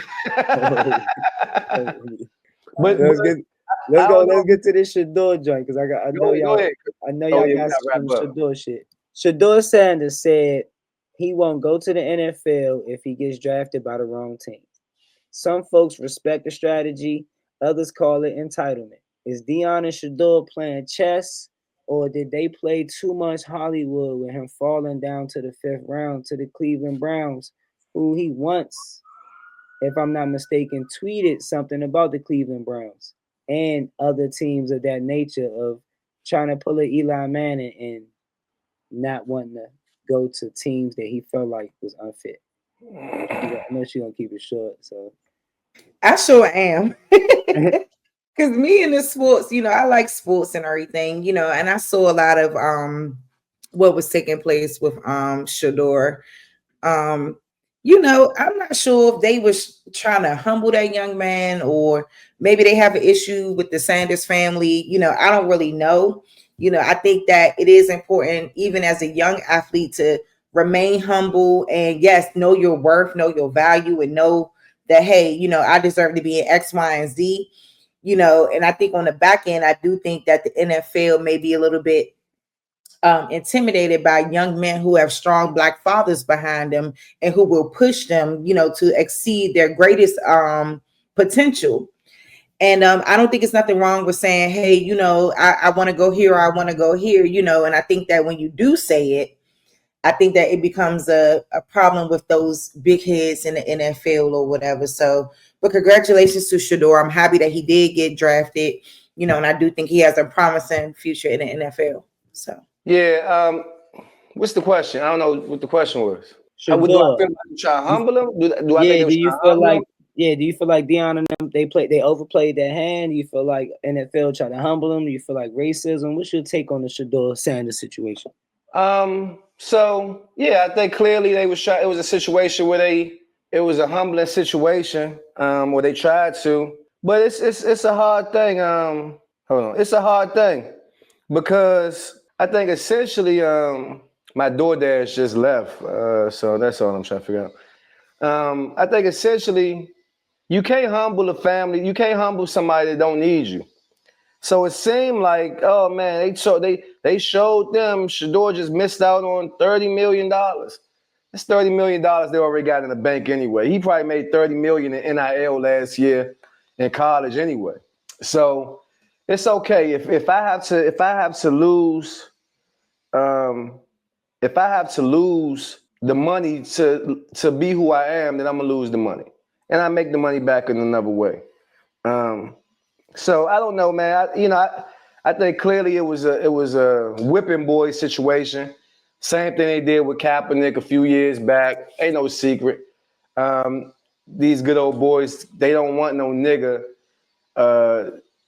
setting a standard like this, because then people gonna do it all the time. It was okay when Eli Manning and his white daddy decided they was gonna say we don't want to go in other teams, and it was okay when John Elway back in the 80s or 70s did the same thing, say I'm gonna go to the Major Baseball League or whatever, Major League Baseball, if I get picked by the wrong team. Jim Kelly, I mean, this thing has happened over and over again, but now that it's a black guy, all of a sudden it's a big problem. So we know what game we playing. Luckily, he's rich. He has enough cushion that he don't need the finance. It's not a financial burden. Like, he ain't got to get his mom out the hood, all this shit. They straight. So he could just be great. And hopefully that's what he does. You know, that's the chance he has. That's it for me. You know what I mean? What you think? Now, you whoa. 30, Okay. who the fuck can afford to lose 30 million, bro? What? And It's not I think we get a little bit misconstrued sometimes with putting all of the owners in a conglomerate as the NFL. The NFL, them NFL teams are owned by people. Majority of the time, a number of people, boards of people. It ain't like just the NFL is like the puppet master. So it's like a lot of people have to draft and do a lot of and vote and do a lot of different things in the best, need of their organization. Now, do I think Shedeur should have failed to the 5th round? No. I feel like he was talented enough not to fall to the 5th round. I thought that was like a little crazy. But is that like whipping boy shit? It's like, I don't know. Like, camaraderie is a big fucking deal. Like, in sports, especially in a league like the NFL. I think one of my favorite movies of all time, Any Given Sunday. I think Willie Beeman was a prime example of that. Of like, nigga, you could be that nigga, but you have to be a leader amongst men at the same time. Not saying Shedeur is not, but I would never want to see him get drafted 1st round and then niggas try Willie Beeman his ass. We can't act like it didn't happen. It happened to RG3. Why the fuck you think if niggas listen to RG3 story? Like, it's a real thing. What's that? They putting you in that position? Hell yeah, and niggas gonna out you out the league. And it's not even, I feel like it's bigger than just the league. It be the organization. The organization have to take a risk on you. Yeah. There's millions and billions of dollars where a nigga like, and then the quarterback ain't no baby position. It's not one of those, he ain't a cornerback. He not Travis Hunter, cornerback wide receiver ass nigga. Quarterback is the staple of the team in football. Right. I don't even know if it's another position in sports that's team sports that has the same dynamic that quarterbacks have. And them niggas don't even play defense. Like, you know what I'm saying? But the dynamics of leadership and onus and responsibility that quarterbacks have on the team, it's not the same. Not even in basketball. LeBron may be the only quarterback in basketball right now. Like LeBron, Steph Curry, KD. You know what I'm saying? There's certain niggas that's quarterbacks, but not everybody. Look at the Rockets. Look at Detroit. Certain niggas getting their ass kicked, but the stars and the niggas that's getting paid the most money on them teams, they not getting slandered. KD ain't even in the playoffs. Niggas still talking about KD. Like goddamn. Like, you feel me?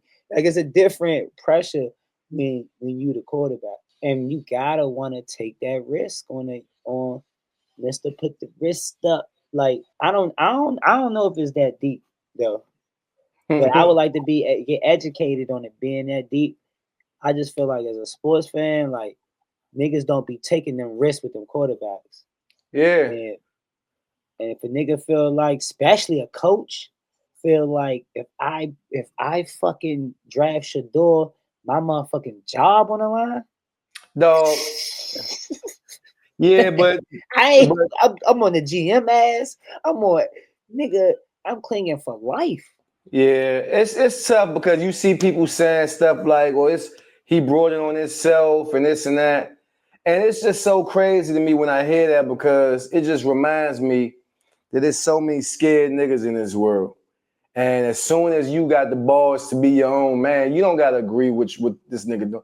But as soon as he decided I want to live on my own terms, you ready to criticize to the world this black man and how he been this and that. He brought it on himself. But in that case, if he brought it on himself, let him live with the decision he made to be unapologetic. He didn't want to do the combine.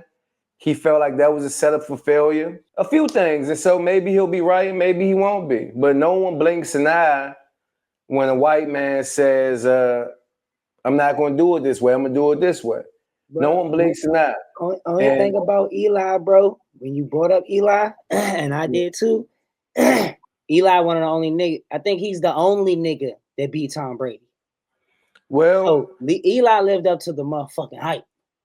They won off some fluke shit, nigga. You know it and I know. Man, but nigga, a win is a fucking win. That's true. I'm a Brady fan, but the Brady thing won is, off some fluke shit too against Seattle. Like, shit, it is what it is, man. Yeah, but when you at the biggest stage in the fucking world, we don't get how we get that shit, nigga. That's true, it's but kill or be killed. Like, but unless the Giants had a magic ball that told him that he was going to beat the greatest quarterback of all time, they picked him and they let him do what he wanted to do. They didn't know he was going to beat Tom Brady when they let him hold the draft hostage. They didn't know that. Yeah, but it ended up happening. And that's what I'm saying about Eli and Dion, and motherfucking what's the shit Pops, because the grandson got the same name. So we waiting to see what he gonna do too. Yeah, the other man. Yeah, Archie. Yeah, Archie and Eli, and then also he had Peyton come before him too. So it's a little different, but at the same time, this man. Yeah, I know. That's a blow, bro. This nigga just. It's a difference, you know what I'm saying? But I like to, always just, spark the, provoke thought of they don't want that shit. Like why we act like we don't know that? They don't want that shit. Niggas are not owners of these teams that's in this league. The league is comprised of owners of teams. The league ain't just comprised of no fans and the players. None of that shit would be possible without these niggas spending their money on these stadiums and all of these bells and whistles so the players so all that shit can happen. Can I say something, Trey? Niggas just gotta know that. I ain't saying we gotta play the game. I'm just saying, how you gonna get them to turn, I've always had an issue with professional sports. Like, not because, of anything in particular other than the fact that Black people run professional sports practically, especially football and basketball. And I think that we kind of look at the NFL as the end all be all in a professional career, when I feel like we should be moving in our own realms, because we make the football league, we make the basketball league, or whatever it is, like outside of soccer or some shit, we are the main ones that are represented in those types of areas and placements. You know what I'm saying? So even like my issues when it comes down to Deion Sanders and leaving Jackson State and different things, like I had a problem with that, because it's just kind of like, how are we building us and we running off to them every time? How are we going to build our shit if this is what we're doing? And I feel like if all the players left the NFL, what would the NFL look like if all the Black people left? Like, I'm just saying, like, I don't know, but I know that motherfucker still exists. It'll exist, but it won't be as profitable. And when you say run, I don't know. It's tricky. It's tricky, man, because we didn't create the league. What's that nigga Nolan J. Smith? Nigga, they created basketball. They created that shit. That shit is American football. They created American football. They created American baseball. It's like we ain't never gonna run that shit. We the most. We got the most entertainers. We don't got the That's most players in the football league, Trey. if that's entertainers. Yeah, we got the most entertainers. Just like music, we got mad entertainers, but who own everything? So it's like But it's do we hard have to to say be under own that that shit. umbrella though? Do we have to always subject ourselves to their ownership, their everything? Do we have to subject ourselves to that, or do we choose that? I chose Facebook, YouTube, Instagram, StreamYard. I You know what I'm chose it. saying? Now I'm saying now you're right. Should I do more research and find out what is a black owned Instagram joint that I should go live on? What's a black owned YouTube? Maybe I should too. You know what I'm saying? You're right. Because I feel like it always goes from all the way from the top to the bottom. But I don't know no black niggas that got a streaming site or got a YouTube or Instagram app and that could be my ignorance. But I'm but willing to is admit that that. systemic though? But is it systemic though? Is Do it we feel like we possible? have no other choice? Is it possible? Anything is possible in my If it's eyes. possible, what does systemic mean? Systemic means ultimately what is being allowed. Like, for example, who controls the banks to give you a loan? Who controls property? Who controls land? Things like that. So when I say systemic, that's what I mean. And Do I we think need a loan if we put our resources together? I think so. Do we still need a loan? I mean, maybe in some aspects. I mean, because everybody ain't trying to put their money to something. And guess People gotta believe in the dream. That's what also, right? Yeah. Everything that I feel like that we would get the loan for, right? For instance, we would probably get the loan to rent the space, to renovate the space, to get product, to get licenses, right? And with reality, we probably only really would should be able to have to pay for what? Licenses and shit. Yeah. Because there's people in our community, in our culture that does everything that we think we need the loan money for. So we bring resources together. It's somebody that's a landlord that got a space. It's black people that's realtors. It's black people that got their own lots that we can build something on. It's black people that's plumbers. So is it systemic why we ain't making shit shake, or we just don't really fuck with each other? I don't know. I always try to think about ways that we could be a conglomerate, right? Ways that we could better our situation and we don't have to subject ourselves to an NFL draft, NBA draft. We don't have to say, I have to go to this white school because there's more money there. You know, things like that. I don't know. I think those things always bugged me. And I don't know, like, I mean, especially when it comes down to professional sports. I mean, because to me, in my personal opinion, professional sports is rigged outright. And you know, I'm not sure how fair it is, even down to how fair it could have been for Shedeur, you know, and then the way they try to curry him, you know, just like the way they try to curry LeVar Ball, excuse me, and his kids the same way, you know, just strong fathers that are there, intimidated by these strong fathers who ain't gonna stand for anything when it comes down to their children, especially their sons. And I don't know. We gotta get some because we ain't really, you know, I don't know. We gotta get somewhere. Niggas do not speak about him enough. But so he didn't. I like a lot. I think why niggas let and not him. He can stay where he at in the shadows doing his thing. But I'm talking about us as people. Why the fuck we don't talk about OG? I think I know why, but it fucks me up because niggas judge him for having a white wife. Yeah, he gonna forever get judged for that. And niggas love Obama. Yeah, with his white grandma, his white mama. Like, it don't matter. Should be throwing me off. But LeVar, all niggas was on his ass so bad about, oh, we can't wait to see.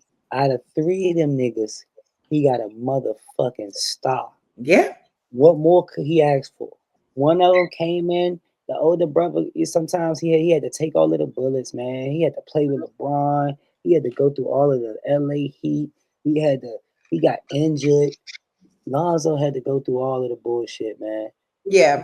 For his baby brother to be able to shine. His other brother, clearly was the one that had all the girls. He was the cool one. You know what I'm saying? He got too cool, wanted to be street, got bagged for stealing, you know what I'm saying, stealing overseas. That fucks up your reputation. You know what I'm saying? He couldn't get out, you know, he couldn't really like make it shake in the league or the G League. But what he ended up doing, what he really, really wanted to do the whole time, who he really wanted to be the whole time. Lock my door for me. Close the door for me. A motherfucking rapper. Ride, swerve on that corner.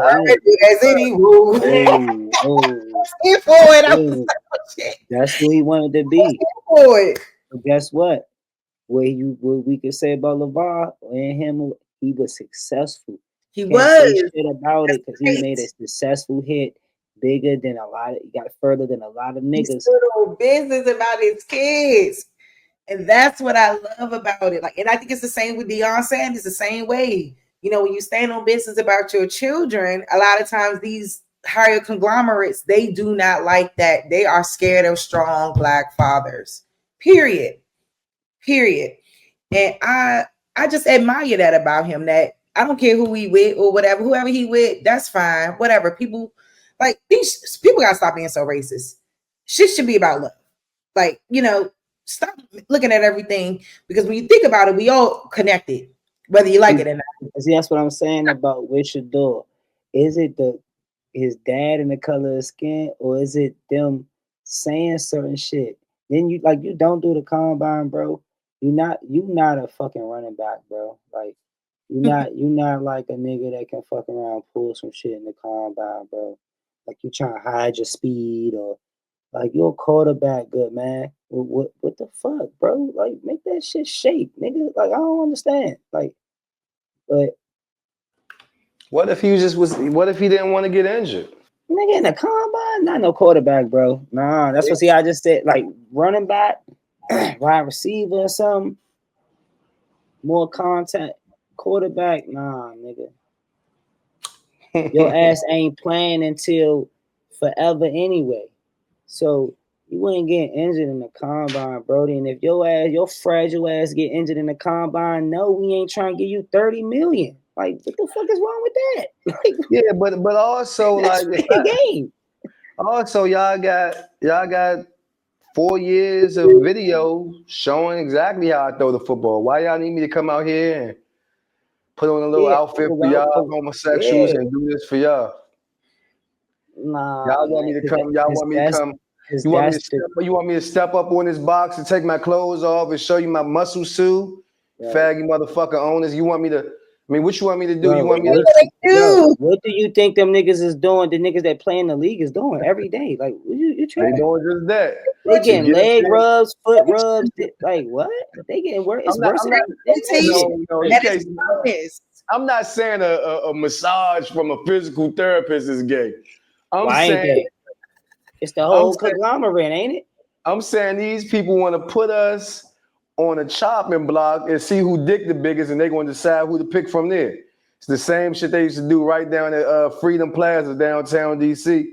That's it. And nothing changed. That's what sports is, bro. It's not like entertainment is. Yeah, it's not like they forcing him to be like, hey, come in the draft, bro. Come to the NFL. You just had a sob story for the ball boy because he had to play with LeBron and the Lakers. Oh, poor him. He played for the most storied franchise in NBA history. Boo fucking who. He took all of the shots. He made it to the NBA and got his brothers there, and he played with the greatest or second greatest basketball player of all time. For sure. That's not a sad story, nigga. Bro. To act like Chicago ball like shit. Not even LeBron, but to even act like playing with the Lakers, you're not under a certain spotlight. That's crazy. It's the same as the Knicks. He was there before. The difference between the Lakers is the Lakers win. So the Knicks, they don't win, and it's still a big deal to play for the Knicks. But the Lakers win, so it's like a double stress. Then playing with LeBron, bro, you acting like playing with LeBron is not every single game.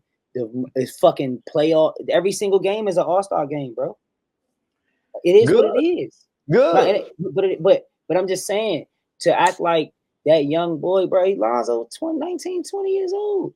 He got to come up before his brothers. He's the oldest brother, and he coming up with the most heat with his father. In the blah blah blah blah. So yeah, he did his thing to me. He got injured, but he took the wound so baby brother could shine. Just is what it is. By the time baby brother came in, he already was immune to that shit. He seen his brothers go through. You know how that shit be. It is what it is. You live through other people sometimes. Yeah, I don't feel sorry for him, but I get what you're saying.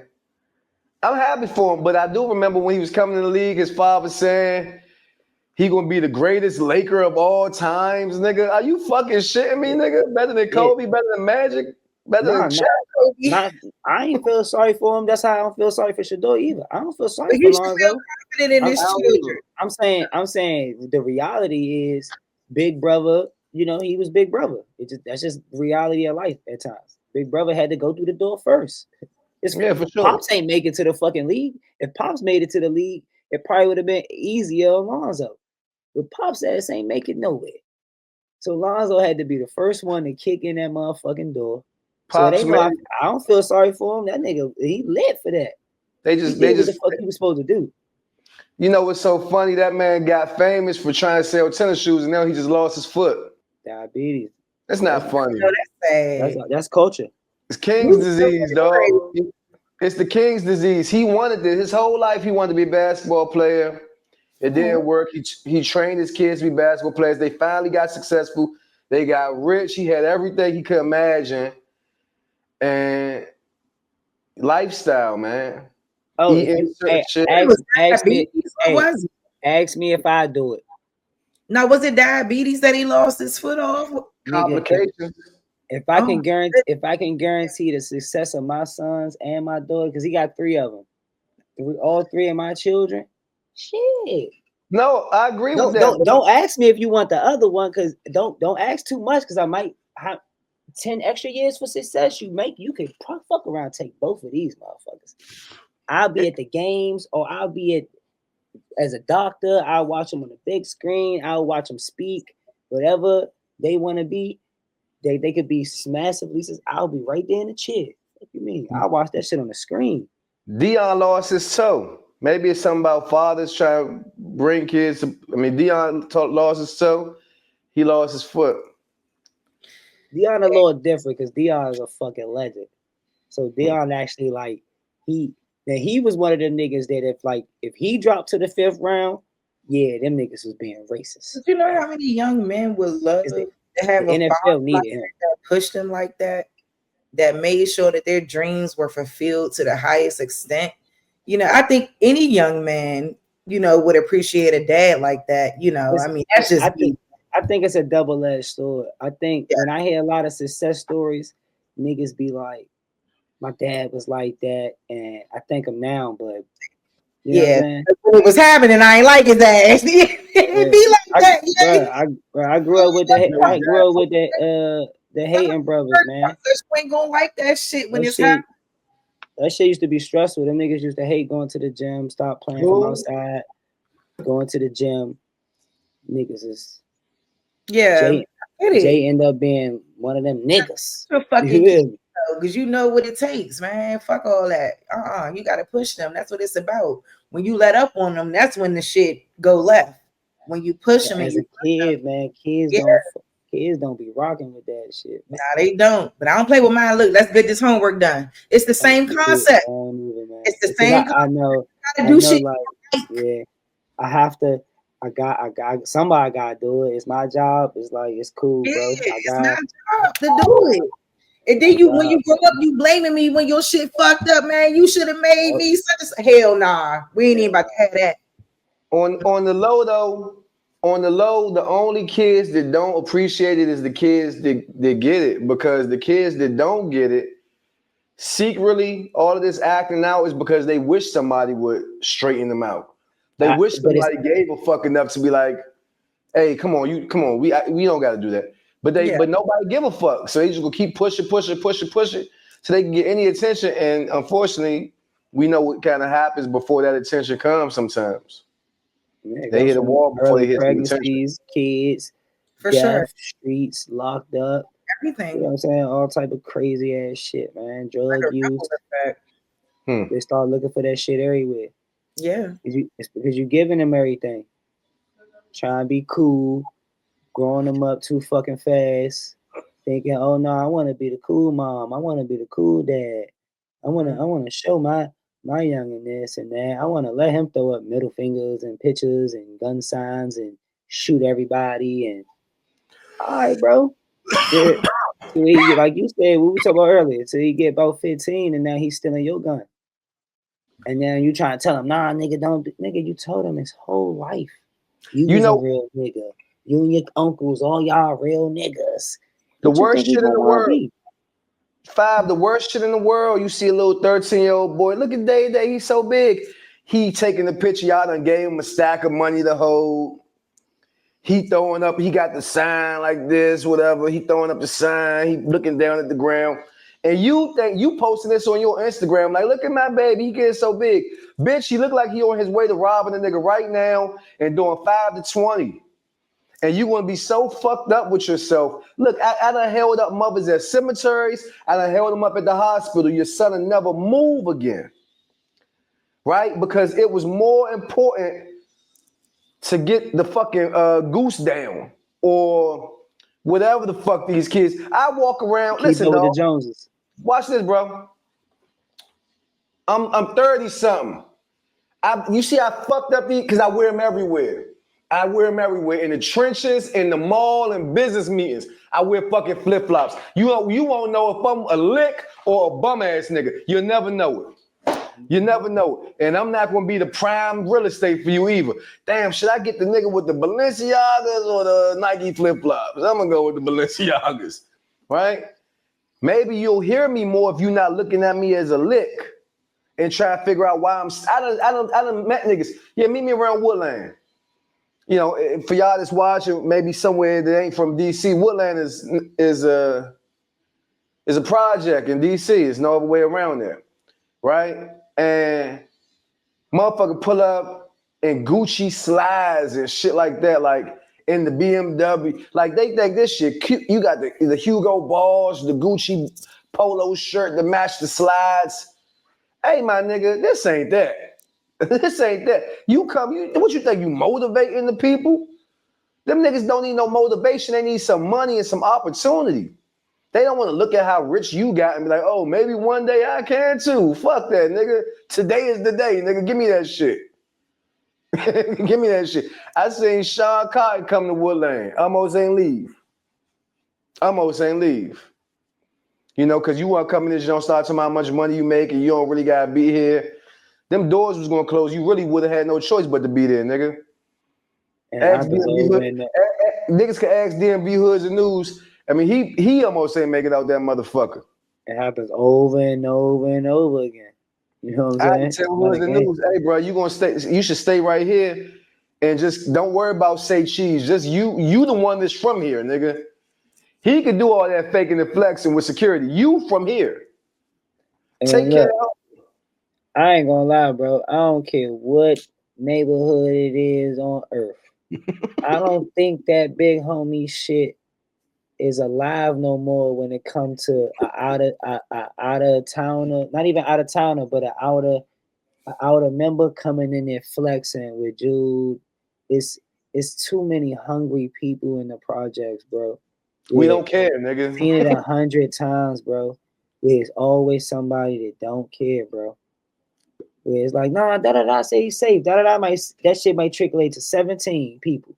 And then another 13 people is like, ah. Then it's about 5 that's like, man, I don't know. We on it, but they ain't really gonna do nothing. But it's gonna be one. That's with every fucking thing, and he prepared. To crack him right there, take that shit up off him, take his car, and it's not a joke. Hey, dig this. Keep it even realer, right? For all my people that's hip on the Nipsey hustle. You know, same type of thing. Nipsey had all the say so in Crenshaw, except for the niggas that had say so too. And they like, damn, you bringing DJ Khaled around this motherfucker for what? Did he pay? Nipsey like, no, nigga, we shooting the video with John Legend. Oh, nah, he got paid. And Nipsey and them pressed the line behind that. No, nigga, Khaled good. YG good, nigga. And now it's Crip versus Crip because, like you say, it's gonna be some niggas that don't care that Big U or whoever is the so-called. No, I'm the new nigga. Yes, nigga. It's I'm the factions new nigga. everywhere. If niggas know anything about the streets, it's factions in the neighborhoods. Niggas is, like you would say Woodland, but it's different factions. Like it's different factions everywhere. Top of the hill, bottom of the hill. It's niggas that beef. You thinking that these people be beefing with these people, nigga? If you ain't even know nothing about whatever place this is, you'll know how many internal beefs go on in the neighborhood. That's a fact. Like it's going on constantly, on and on and on and on and on. That's a fact. Oh, that nigga down there making, especially the niggas just come home. They was the nigga 30 years ago, and now they want to come home and move their work, and they want you to respect them. They nigga, fuck you, nigga. I ain't never met you. Katrina, we experienced Katrina and shit, all type of shit. And when them New Orleans niggas try to move in the city and DMV, DC and PG. That was a whole thing. A super thing, because they thought they was gonna come in this joint and do what y'all did in Miami and they tried. I do give it to them. They tried. They tried. I don't have a bad experience with them because niggas got busy. I don't either, because I love New Orleans niggas. I'm just saying niggas got busy on them. So it's no disrespect to my good New Orleans people that I do know and I fuck with, because I fuck with some good niggas that's from here now, but they got origins down there. You know what I'm saying? But I talk shit. Niggas, we got busy on them niggas. Look, I talk shit. I be talking shit to them like when I moved to Atlanta and shit like that. Cause I tell them, I say, yeah, y'all tried that shit in what they call, in the DMV or whatever you want to say.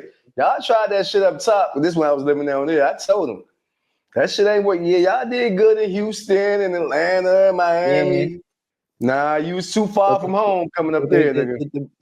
The more y'all went up, shit got spooky for you niggas, man. Like, I fuck with a lot of y'all niggas because a lot of them niggas was real niggas, man. They stood like they real niggas. But yeah, my experience ain't bad, so I can't speak for a lot of people. But that Shedeur shit, man. So I don't know. I was like 16, so yeah, I was just. I remember I went to Easton, so they definitely had them in Stadium Armory and all that. They was living in there, so I do remember them like hanging outside the school, like just sitting down, and we used to have conversations with them, like talking about their experience and everything like that. But I didn't even realize it was the whole thing until y'all just now said it. I'm like, whoa, it was smoke. I didn't even know. Yeah, hell yeah, man. You would think I could go through something like that, it wouldn't be no smoke. I was like a year or two out of high school, and that's around the same time when they was really coming in. MS-13s was coming in real heavy too at the same time. So it was a lot of like little turf wars, or like he said, internal situations where people that's from that area beefing with each other. Then you trying to stop the outside motherfuckers from coming. Because when people can smell, y'all not together. Oh, I'm gonna come in, set up shop, and get busy. Oh no, nigga, now we together, nigga. We ain't we wasn't together, but now you just brought us together, nigga. That's over. Yeah, a lot of niggas back was against the wall, so they did do that. Though they brought certain people together. Like I seen certain instances, they did bring niggas together a little bit. I definitely can't lie. That's one thing about DMV people. They do not let nobody else come in and try to rain on out nigga us. Yeah, you can't come out nigga us. Yeah, you cannot. You niggas want to come hate on us more than we hate on us? Hell no, nigga, you got us fucked up. That's never allowed. Gonna hate on us like we hate on us, nigga. What y'all? Niggas couldn't do it. The New York niggas couldn't do it. Nobody could do it. So that's a fact. Before y'all go, my presence here is sponsored by Casa del Sol. Hey. Nah, good again. Me. Casa del Sol's quality tequila available in all your liquor stores. If you in DC, go to Labs. All the liquor stores got it. Casa del Sol. That's Eva Longoria tequila. Don't ask me how DC got tied in with Eva Longoria. Eva back. She always is famous to me for what Tony Parker. That's a fact. But Dre the Mayor, shout out to Dre. I'm gonna say this. Shout out to Dre the Mayor. DC representative, DMV representative Dre the Mayor, legendary manager, businessman on the music and industry, entertainment industry. And he the one who threw me the play. He the one who had the connect going on already. He saw what I was doing with the podcast and the music. And I told him, I said, man, you put me in the game, I'm gonna run this motherfucker up, you know. And so we formed a good partnership with that. So I'm just appreciative of that type of collaboration, because that's the only way this shit gonna work. Like, I already know whoever I know. I just need, you know, we got to build on each other's platforms and keep building, you know, supporting each other, and that's it. And then and as we all rise, we all rise. So hopefully, you know, you have a drink of this, is real smooth, it's real good, but it ain't just about no tequila. It's just about us partnering up and like somebody said, I think Cherie said it earlier. Yeah, like, you know, black business, like that's really that. We all got all these issues with all these other people, but the real answer is just to build our own relationships with each other and do our own shit. If you seen Sinners, did y'all talk about that probably already? I ain't see it yet. Don't give too much away, please. Oh, yeah, don't. I ain't see it yet Oh, either. I want to see it. Don't give too much. I mean, hey, I ain't gonna lie, Cherie. Yeah, I know. I mean, it seems like it do seem like one of those, like if a nigga talk about it, I don't even know if it's gonna spoil you the shit. But this is like a scary movie. I'm not no movie spoiling ass nigga. But you seen it, so you would think if you gave a little review, it's the type of drink that it'll spoil you. But it's the type that it'll spoil you. I've seen it multiple times. I'm a nigga that I love characters, and I need the ending to be some shit where I'm like, damn, either the person I'm like, damn, I know it's gonna be that person, or it's like some, damn, I ain't even think of that. I say this. If it ain't that, then it's like, the movie gonna be a pass for me. Nah, I say this. Ryan Coogler is a genius. I don't use that word lightly. He a genius, and not only is he a genius, he's aspiring to be greater.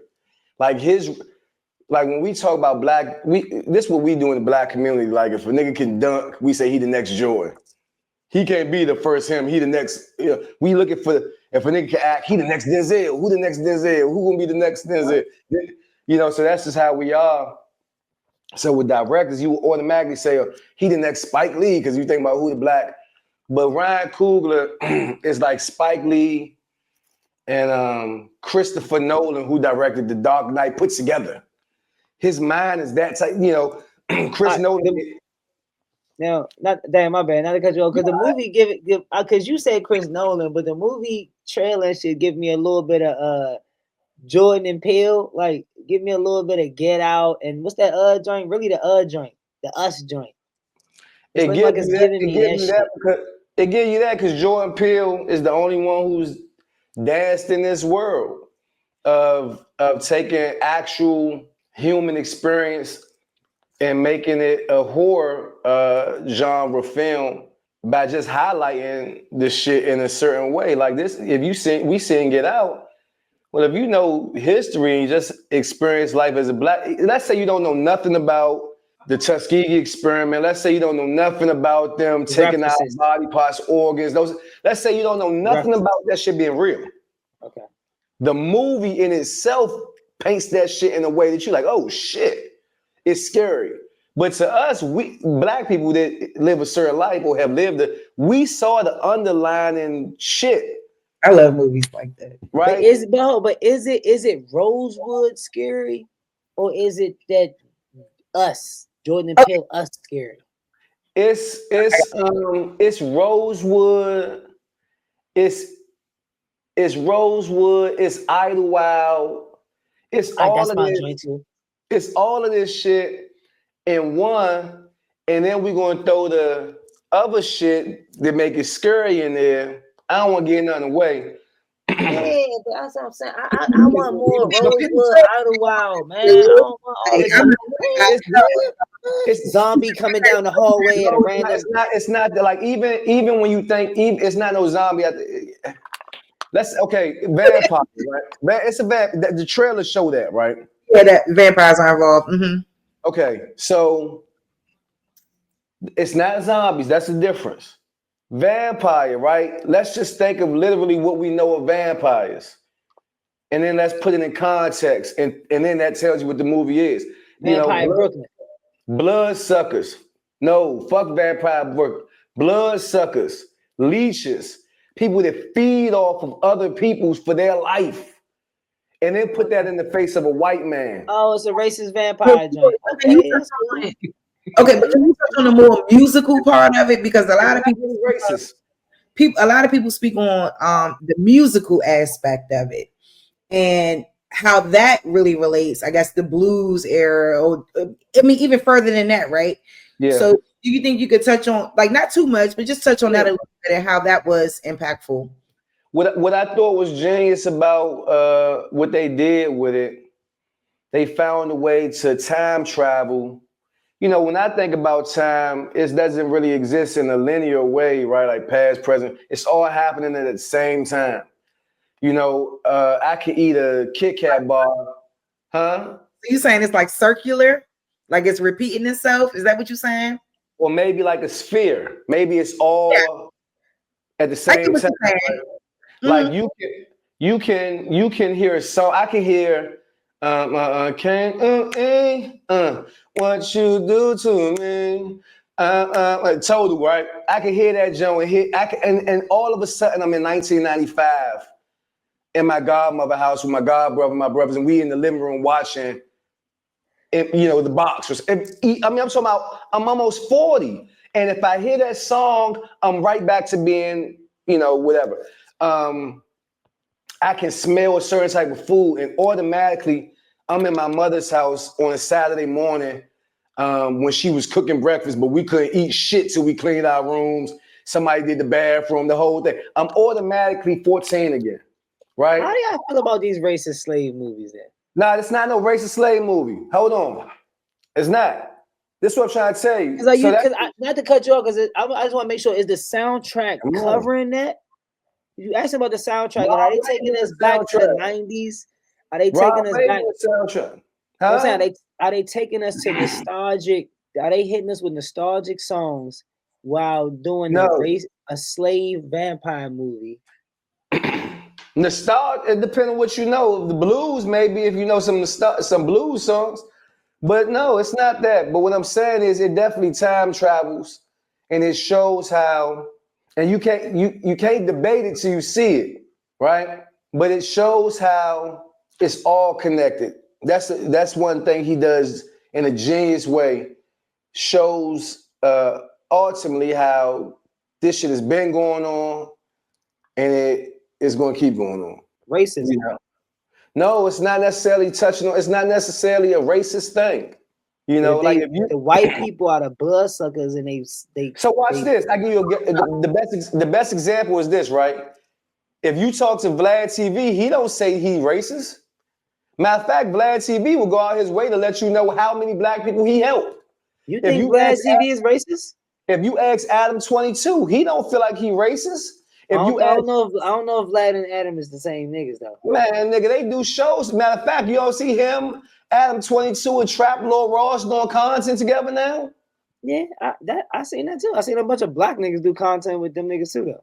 That don't make them the same niggas though. Right? Well, listen, Trap Lord Ross, while Dirk got an open indictment and fighting for his life, just put out a 3-hour documentary called The Many Murders of Little Dirk. Oh no, he's Academics 2.0. He is the FBI 2.0. I don't even know how he came from overseas over here. Wow, man. Hey, he is the FBI, right? I mean, you got an open indictment. Trey, I get if you beat the case, Young Thug beat it. He can't go to jail for it. Come on, now you can put your content out. This nigga wait till you actively fighting for your life, and then he put this out, right? And so he does. You think Vlad racist? I didn't say that. I think Vlad is the best nigga to argue against. I can't rock with Trap or Adam.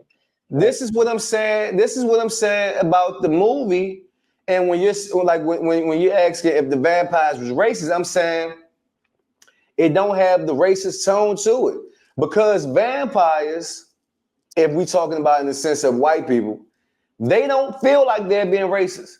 Like Vlad TV doesn't think that by sitting there talking to a rapper like AI Ab for 5 interviews about drug crimes and murders, he don't feel like that's being racist. It's just content to him. Ab will never be free again in his life for Vlad's content. Like Vlad don't think it's racist to go on for 3 years talking about Louis Farrakhan. Now you right? know now let's stop at ad real quick. Because with the percentage base, I'm a percentage based nigga, dog. What percentage does Ab have versus Vlad? 1,000%. Ab got 1,000? Ab come from where we come. Ab's supposed to know better than to sit down with that white boy and say that. So how can Vlad ever get the content, bro, without Ab? He can't. No, I'm not. Listen, so look, boom. So this is my point.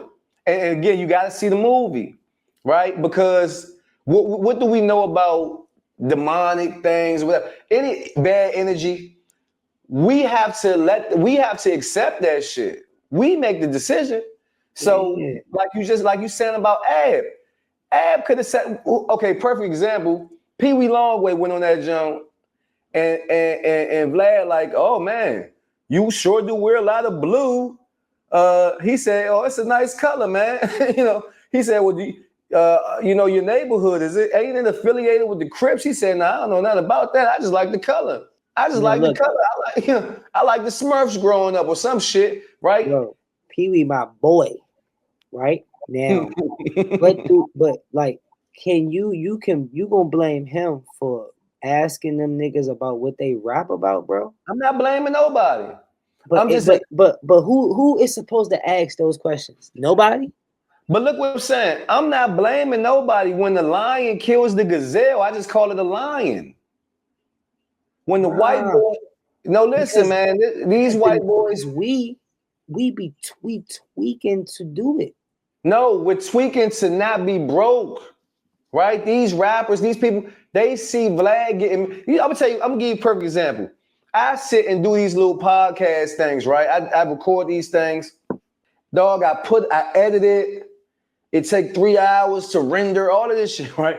I put it out. The joint gets 72 likes or some shit, right? I mean, I bust my ass to put out great content, thought-provoking shit.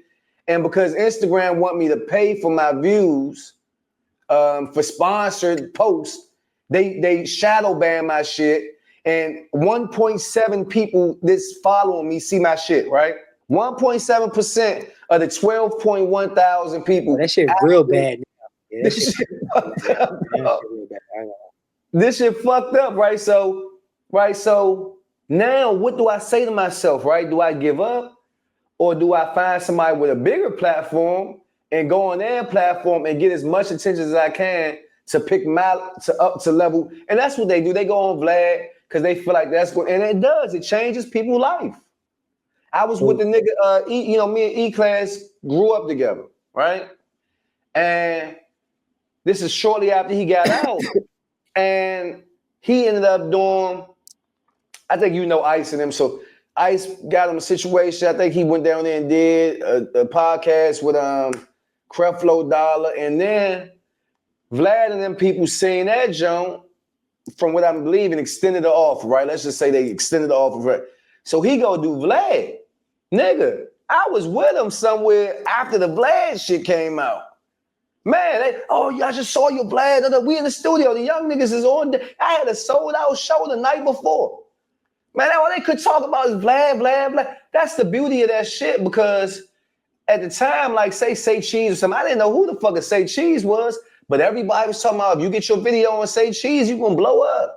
Yeah. Right? So that changes people's lives. It changes the amount of followers you got, the people that know you in the street. So you shouldn't have did Vlad? Huh? You shouldn't have did Vlad?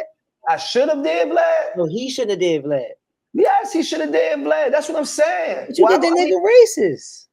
No, I didn't say. I said Vlad don't think he racist. But you do. Who does? If you don't, right, then who does? Just so I can know. I don't think. If he don't think he's racist, you implying that somebody does. No, I'm implying that Vlad comes from a system that's just predisposed to fuck us over. Like, it's a racist system, Vlad don't think he racist as he wears his Gucci monogram shirt with his fade and his beard, and he's saying shit like, "Yo, man, you Can I ask you know a what I'm question? saying?" Is the Huh? Arabs that own these 24/7 tobacco stores, they racist? A lot of them are super racist. As a black Muslim, you say salam alaikum to them, and they swallow, they fucking spit, and have to feel like shit to say walaikum salam back to you, because they don't want to say it, because they don't look at you as no equal Muslim to them. And if they don't say it back, I repeat it. Salam alaikum, Akhi, and I wait for them. Nigga, you gonna give me my motherfucking respect, nigga. So they You gonna racist too. They racist too. I think they have been predisposed to the same information that we have about ourselves. And so the reason why at the ATM at 1 o'clock in the morning, I get nervous when the black kid walks up with the ski mask is the same reason that white man do. Because I've been told the same information. That nigga gonna kill you. All right, y'all. Now it's time to get into the political segment, the bipartisan breakdown.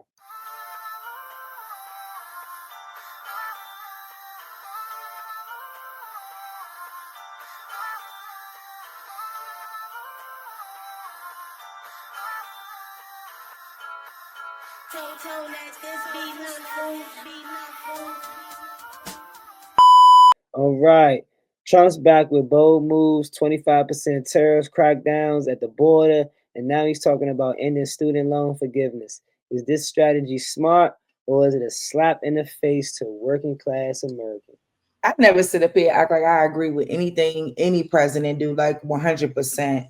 You know, with the student loan thing, I mean, from what I read up about it, was that pretty much, I guess, with the demolition or them getting rid of the Department of Education, that the plan was to continue the payments on student loans, I guess, in act of that 5-year pause with the CARES Act and different things like that, and kind of just reinstating those payments. Do I feel like it's a smack in the face to the people? I mean, I think that if you go ahead and get your income-driven repayment plan, because from what I was reading, it was more so of if your student loans are in default or whatever that is going on, then, you know, your shit is going to go to collections and that whole bit or whatever. But yeah, I mean, if you take out a loan, the loan gotta be repaid. So I don't feel like it's a slap in the face per se, but I mean, maybe the way that it's coming about, maybe people ain't really feeling it, because obviously we see our American people obviously struggling and going through a lot already as it is. And student loan payments is just another debt. That's why I stay in school, because I don't got time for the fuck shit. I stay in school because I already know what it's giving. But you know, from like I just was stated earlier, from what I was reading, it was just more so about people whose loans are in default. They haven't done nothing about it. They haven't gotten an income-driven repayment plan, different things like that, that I think is ultimately affecting this decision. I think this country has a lot of people who are in student loan debt versus people who are not. And I know that that is contributing to like the economy and the debt ceiling and things like that. So like, I ain't about to sit up here act like I 100% agree with that shit. But I think that I knew it would only be a matter of time before student loan repayments would get put back into effect, because Trump never promised anybody no free student loan debt or wiping it away or no shit like that. So I mean, it's no surprise to me. I wish the fuck some money would pop back up in my account so I owe them some bread. Man, listen, that's when y'all already said I don't owe it to you. I got documentation. Y'all send me an email, whatever. I'm rocking with that. I mean, that's just how I gotta be. Clearly, the rules don't exist, and I think it's time that people start to move like that. Like, you know, that's it. You know, Trump is showing people that the rules don't exist, and instead of us feeling like victims in this shit, that ain't on us. You know, like she just said, you know, all the presidents, they've been at work since forever. You know, since the beginning of this shit. So we ain't never known nobody who was all for us or all for this or all for that. I mean, it doesn't exist. Like, it's always going to be some pros and cons. Most importantly, we need to be taking advantage of the pros and preparing for the cons. And that's just it. Trump is doing this everywhere. He's ripping down all these agencies. He's taking money away from everything. He's putting the press on everybody to find money, find who stole money, whatever. Because he's stealing money. So they need as much money as they can get. You know, so, I mean, people know what the play is. They should just move accordingly, you know, make plans for it. I agree with everything that was said. We just got to be mindful and pay attention and don't feel like a victim in this, because I feel like everything that's going on right now is putting us in a spot where we have to be playing chess, not checkers no more. So checkers is a game for dummies, but or for beginners maybe. Anyways, that's my son. I agree with everything that was said. So like I agree. I think it is a slap in the face though, low key. Trump took a bullet for us though, y'all. Not that took the bullet for us. Damn, OG ain't take a bullet for us. No, he didn't take the bullet for us. But I'm just saying, like, that's why I was saying he didn't promise that he was going to eradicate student loan debt. That's not something that he said he was going to do. So it's no surprise that it's being implemented again. People was paying that shit before the fact. You was paying it before the pandemic. Some of y'all was, some of you wasn't. And I think people look at it as a debt ceiling issue. And most of our people in this country owe student loan debt, whether you finish college or not. And it is something that is an issue. You know what I'm saying? But is it a scam? Is it the what? Is it a scam? Hell yeah. What? Hell yeah.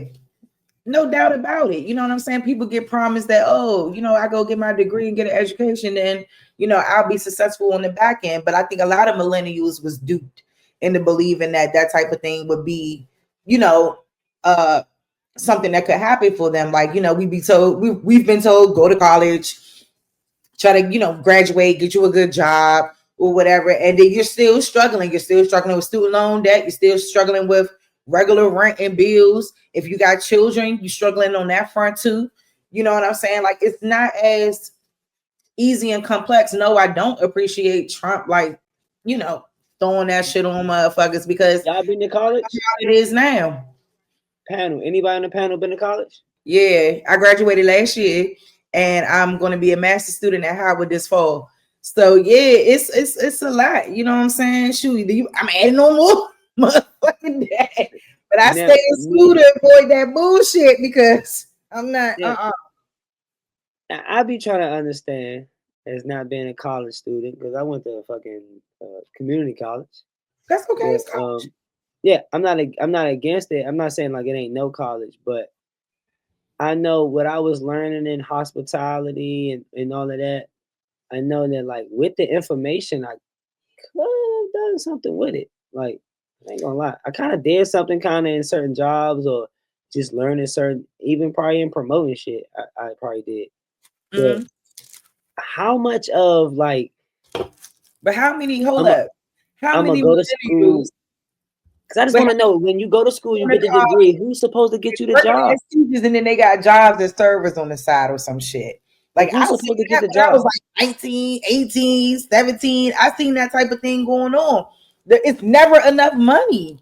I just want to know, what degrees, right, is everybody going to college to get that they not getting jobs for? That's a good question. I think it depends. I mean, I know living in this particular area, living in the DMV area, DC in particular, there's a demand for certain things. So no, there's not going to be, I mean, I know, like, obviously everyone's not going to be qualified to be in the federal government. Everybody's not going to be qualified to work in DC government. So then it's like, what the fuck? So boom, then you may have other little shit, like, I mean, DC charter schools or whatever, like sometimes people got their degrees and they are not working in the field that they got their degree in. Because like, that's what I'm asking. It's actually a question I want to ask y'all too, right? This actually is the second question, but I want to ask y'all the first question. Who is the top 3? And I hate that make it male, but who is the top 3 respectable men in our culture? Not famous people. I'm talking about like the type of men. Like, we would want our sons to be who we want to be in a perfect world. What guys in our culture that we have perpetuated, that we know to be true, realistically speaking, y'all? Of course, a perfect world, but who are those top 3 guys in our culture? Ooh, even having to think about it is crazy. Because the second question is anything out of those three, what should be the top three? I mean, it's like, so are you just saying like outside of sports, outside of entertainment? That's what you're asking? You can name those three. You can say dope dealer, rapper, athlete. Denzel, LeBron, and Kendrick. No, not certain people, but so that actor, basketball player, rapper. Mhm. Well, I'm talking about profession. Athlete, entertainer, and I guess clergy, right? Religious. Are these the type of men we look that? What was the question again? Because your answer Top three people in our culture. We're gonna do the top three people in our culture that's realistic, and then we're gonna get y'all the top three that y'all think should be. Top three that's realistic in our culture. Yes, the top three men. Like who is over and over and over. Oh, well, I guess that is a good line of entertainers as far as like sports and like artists, rappers, and yeah, I guess between clergy and politicians, yeah, Okay. those would be the top three. All I keep thinking about is Kobe. I don't know why. I love Kobe Bryant. So athlete? Yeah, I love Kobe Bryant. Athlete. And you know, the hard work ethic, you know, the never give up ethic. Like I live by that. So it's profession, not people. Profession. See, I don't. Cause see, politics is a dirty game. So it's like it's hard for me to name a politician that might not be doing dirty shit. No, you're not naming people. You talking about the top three niggas to bring home to Thanksgiving, to Christmas. Why can't he be doing dirty shit? Your baby daddy. Well, drop the politician then. Okay. Top three niggas that's in our culture. Like why y'all be like this with the politician? Oh, we asking for him. I'm just saying, it's a dirty ass game. Yeah, it's not. right. Is it not? But your uncle sold coke and you love him. So why? Yeah, but that's not blood. But I'll buy from him.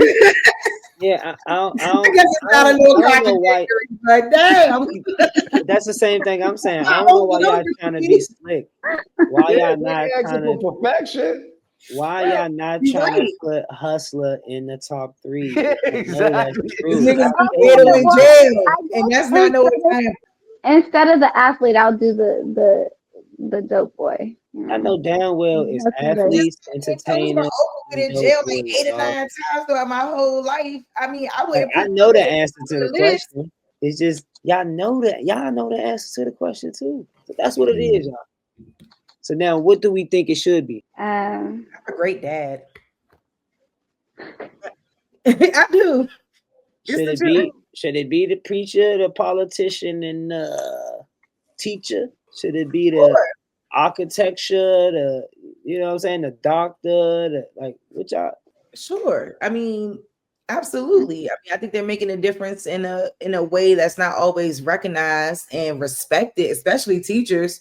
You know, I do wish we had more male teachers, because I think that would help with the lack of male role models and male figures that a lot of our young men and young women don't have. But I mean, I just want to kind of go back why I say my father, because my father, he's a veteran, but not only is he a veteran, he does so much work in the community for the homeless vets, for the vets with mental health. You know what I'm saying? Just trying to help them get their life back on track. I mean, he's a great example of someone that I feel like puts a lot of people before himself. And, I would love to see more men like him, in that regard, in that aspect. So, I mean, obviously he should have been at the top of my list. He gonna get me too.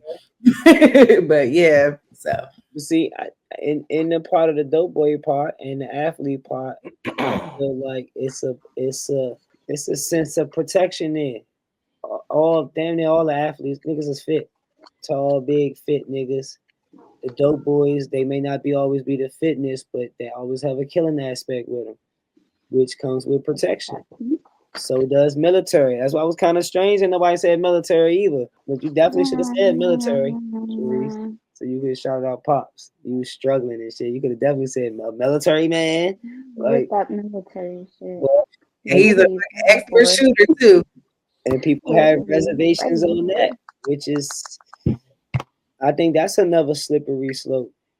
Yeah. I think it's one of those things where you can go to Muhammad Ali route of saying, man, I ain't fighting the war, but are we not supposed to, and I hate to use this word, but are we not supposed to infiltrate everything? This is what it is. How do we learn? Be everything, and be represented in all areas. Is that what you're saying? Everywhere. Mm-hmm. If everybody's saying we ain't fighting in the war, then how the fuck any of us gonna learn how to fight in the war? Well, it's just a matter of what are we fighting for. Like, I think that's we fighting right now. Ali's stance was just like he's not gonna go on fight. At that time, the thing was Vietnam because of the fact that the Vietnamese didn't do nothing to him. So the people who are going in to be military, whatever realm they end up in, like, what is your purpose behind that? Is it because of the dollar? Is it because of what is it for? The same black niggas who killed niggas under Bush. Because they're not doing nothing for us. And American government not doing stuff for benefit for other people. You don't have to tell me something to make that make sense. You gotta go learn how to be a sniper. Somebody gotta be a politician. Somebody gotta drive the bus. Somebody gotta learn how to fly a plane. Somebody gotta learn how to farm. We did all that first. We gotta keep retaining all these type of you know what I'm saying? It's a job for all us. You hear me? Somebody gonna have to play the role in all spaces, or we not in this fight together. You feel me? Or we not in this shit together. And I don't disagree with that, but it's about who's willing to sacrifice their life and die for that shit. That's why niggas keep arguing about the 100 gorillas versus one man. Because when niggas don't know is 20 of them niggas gonna shit their fucking pants. They not even gonna move. 5 of the 20 might fucking have a heart attack, real life. Then you got another 20 that's gonna be looking and waiting to see what the other 20 niggas gonna do. And them niggas gonna be trying to attack but double dutching. And the first 20 gonna be the first niggas that be the example. Like, I don't even know if that was 80 or that was 100. Shit don't look good for niggas, y'all. I ain't talking about men, period. I'm talking about men, period. Like, why you say that? I think 100 men can beat a gorilla. Did they say the men didn't have no weapons? See, then you gotta get a gorilla motherfucking weapon. We can't do that. Gorilla can have whatever weapon they want because while number 1 through 59 is getting fucked up with gorilla, I'm sure 100 niggas with knives could kill a gorilla. I understand, but we talking about 100 men bare fists and a gorilla. Yeah, in a cage. Not in a cage. Listen, man. Yeah, because the gorilla got to chase these 100 niggas through the whole forest. Like, nah, somebody gonna get fucked up. Somebody one of my was like, they right there. No. A lot of niggas gonna get fucked up in the process. Man, you niggas, it's either you or the gorilla. No. So Trey, you saying you could beat the gorilla? Hell no. I would never sign up for that. No. I'm telling you, I would be the 100th nigga. I'm gonna be one of them in the back pushing niggas forward. Like, y'all got me. No, that's what I was thinking. I will try to be Royal Rumble. I'm trying to be the last nigga in that joint. I might even hide under some damn bodies. Like, what the heck? The gorilla got it. I'm seeing the most scarred, tired, roughed up gorilla, and hopefully he full. Niggas. I'm gonna figure something out. Thank you to all my panelists, man. Thank you to everybody that tuned in tonight, man. Y'all please subscribe to the YouTube, the Instagram at the Sice Room. Leave your takes in the comments. We definitely appreciate everybody that came through. We here each and every Tuesday, man. Please come in, tap in.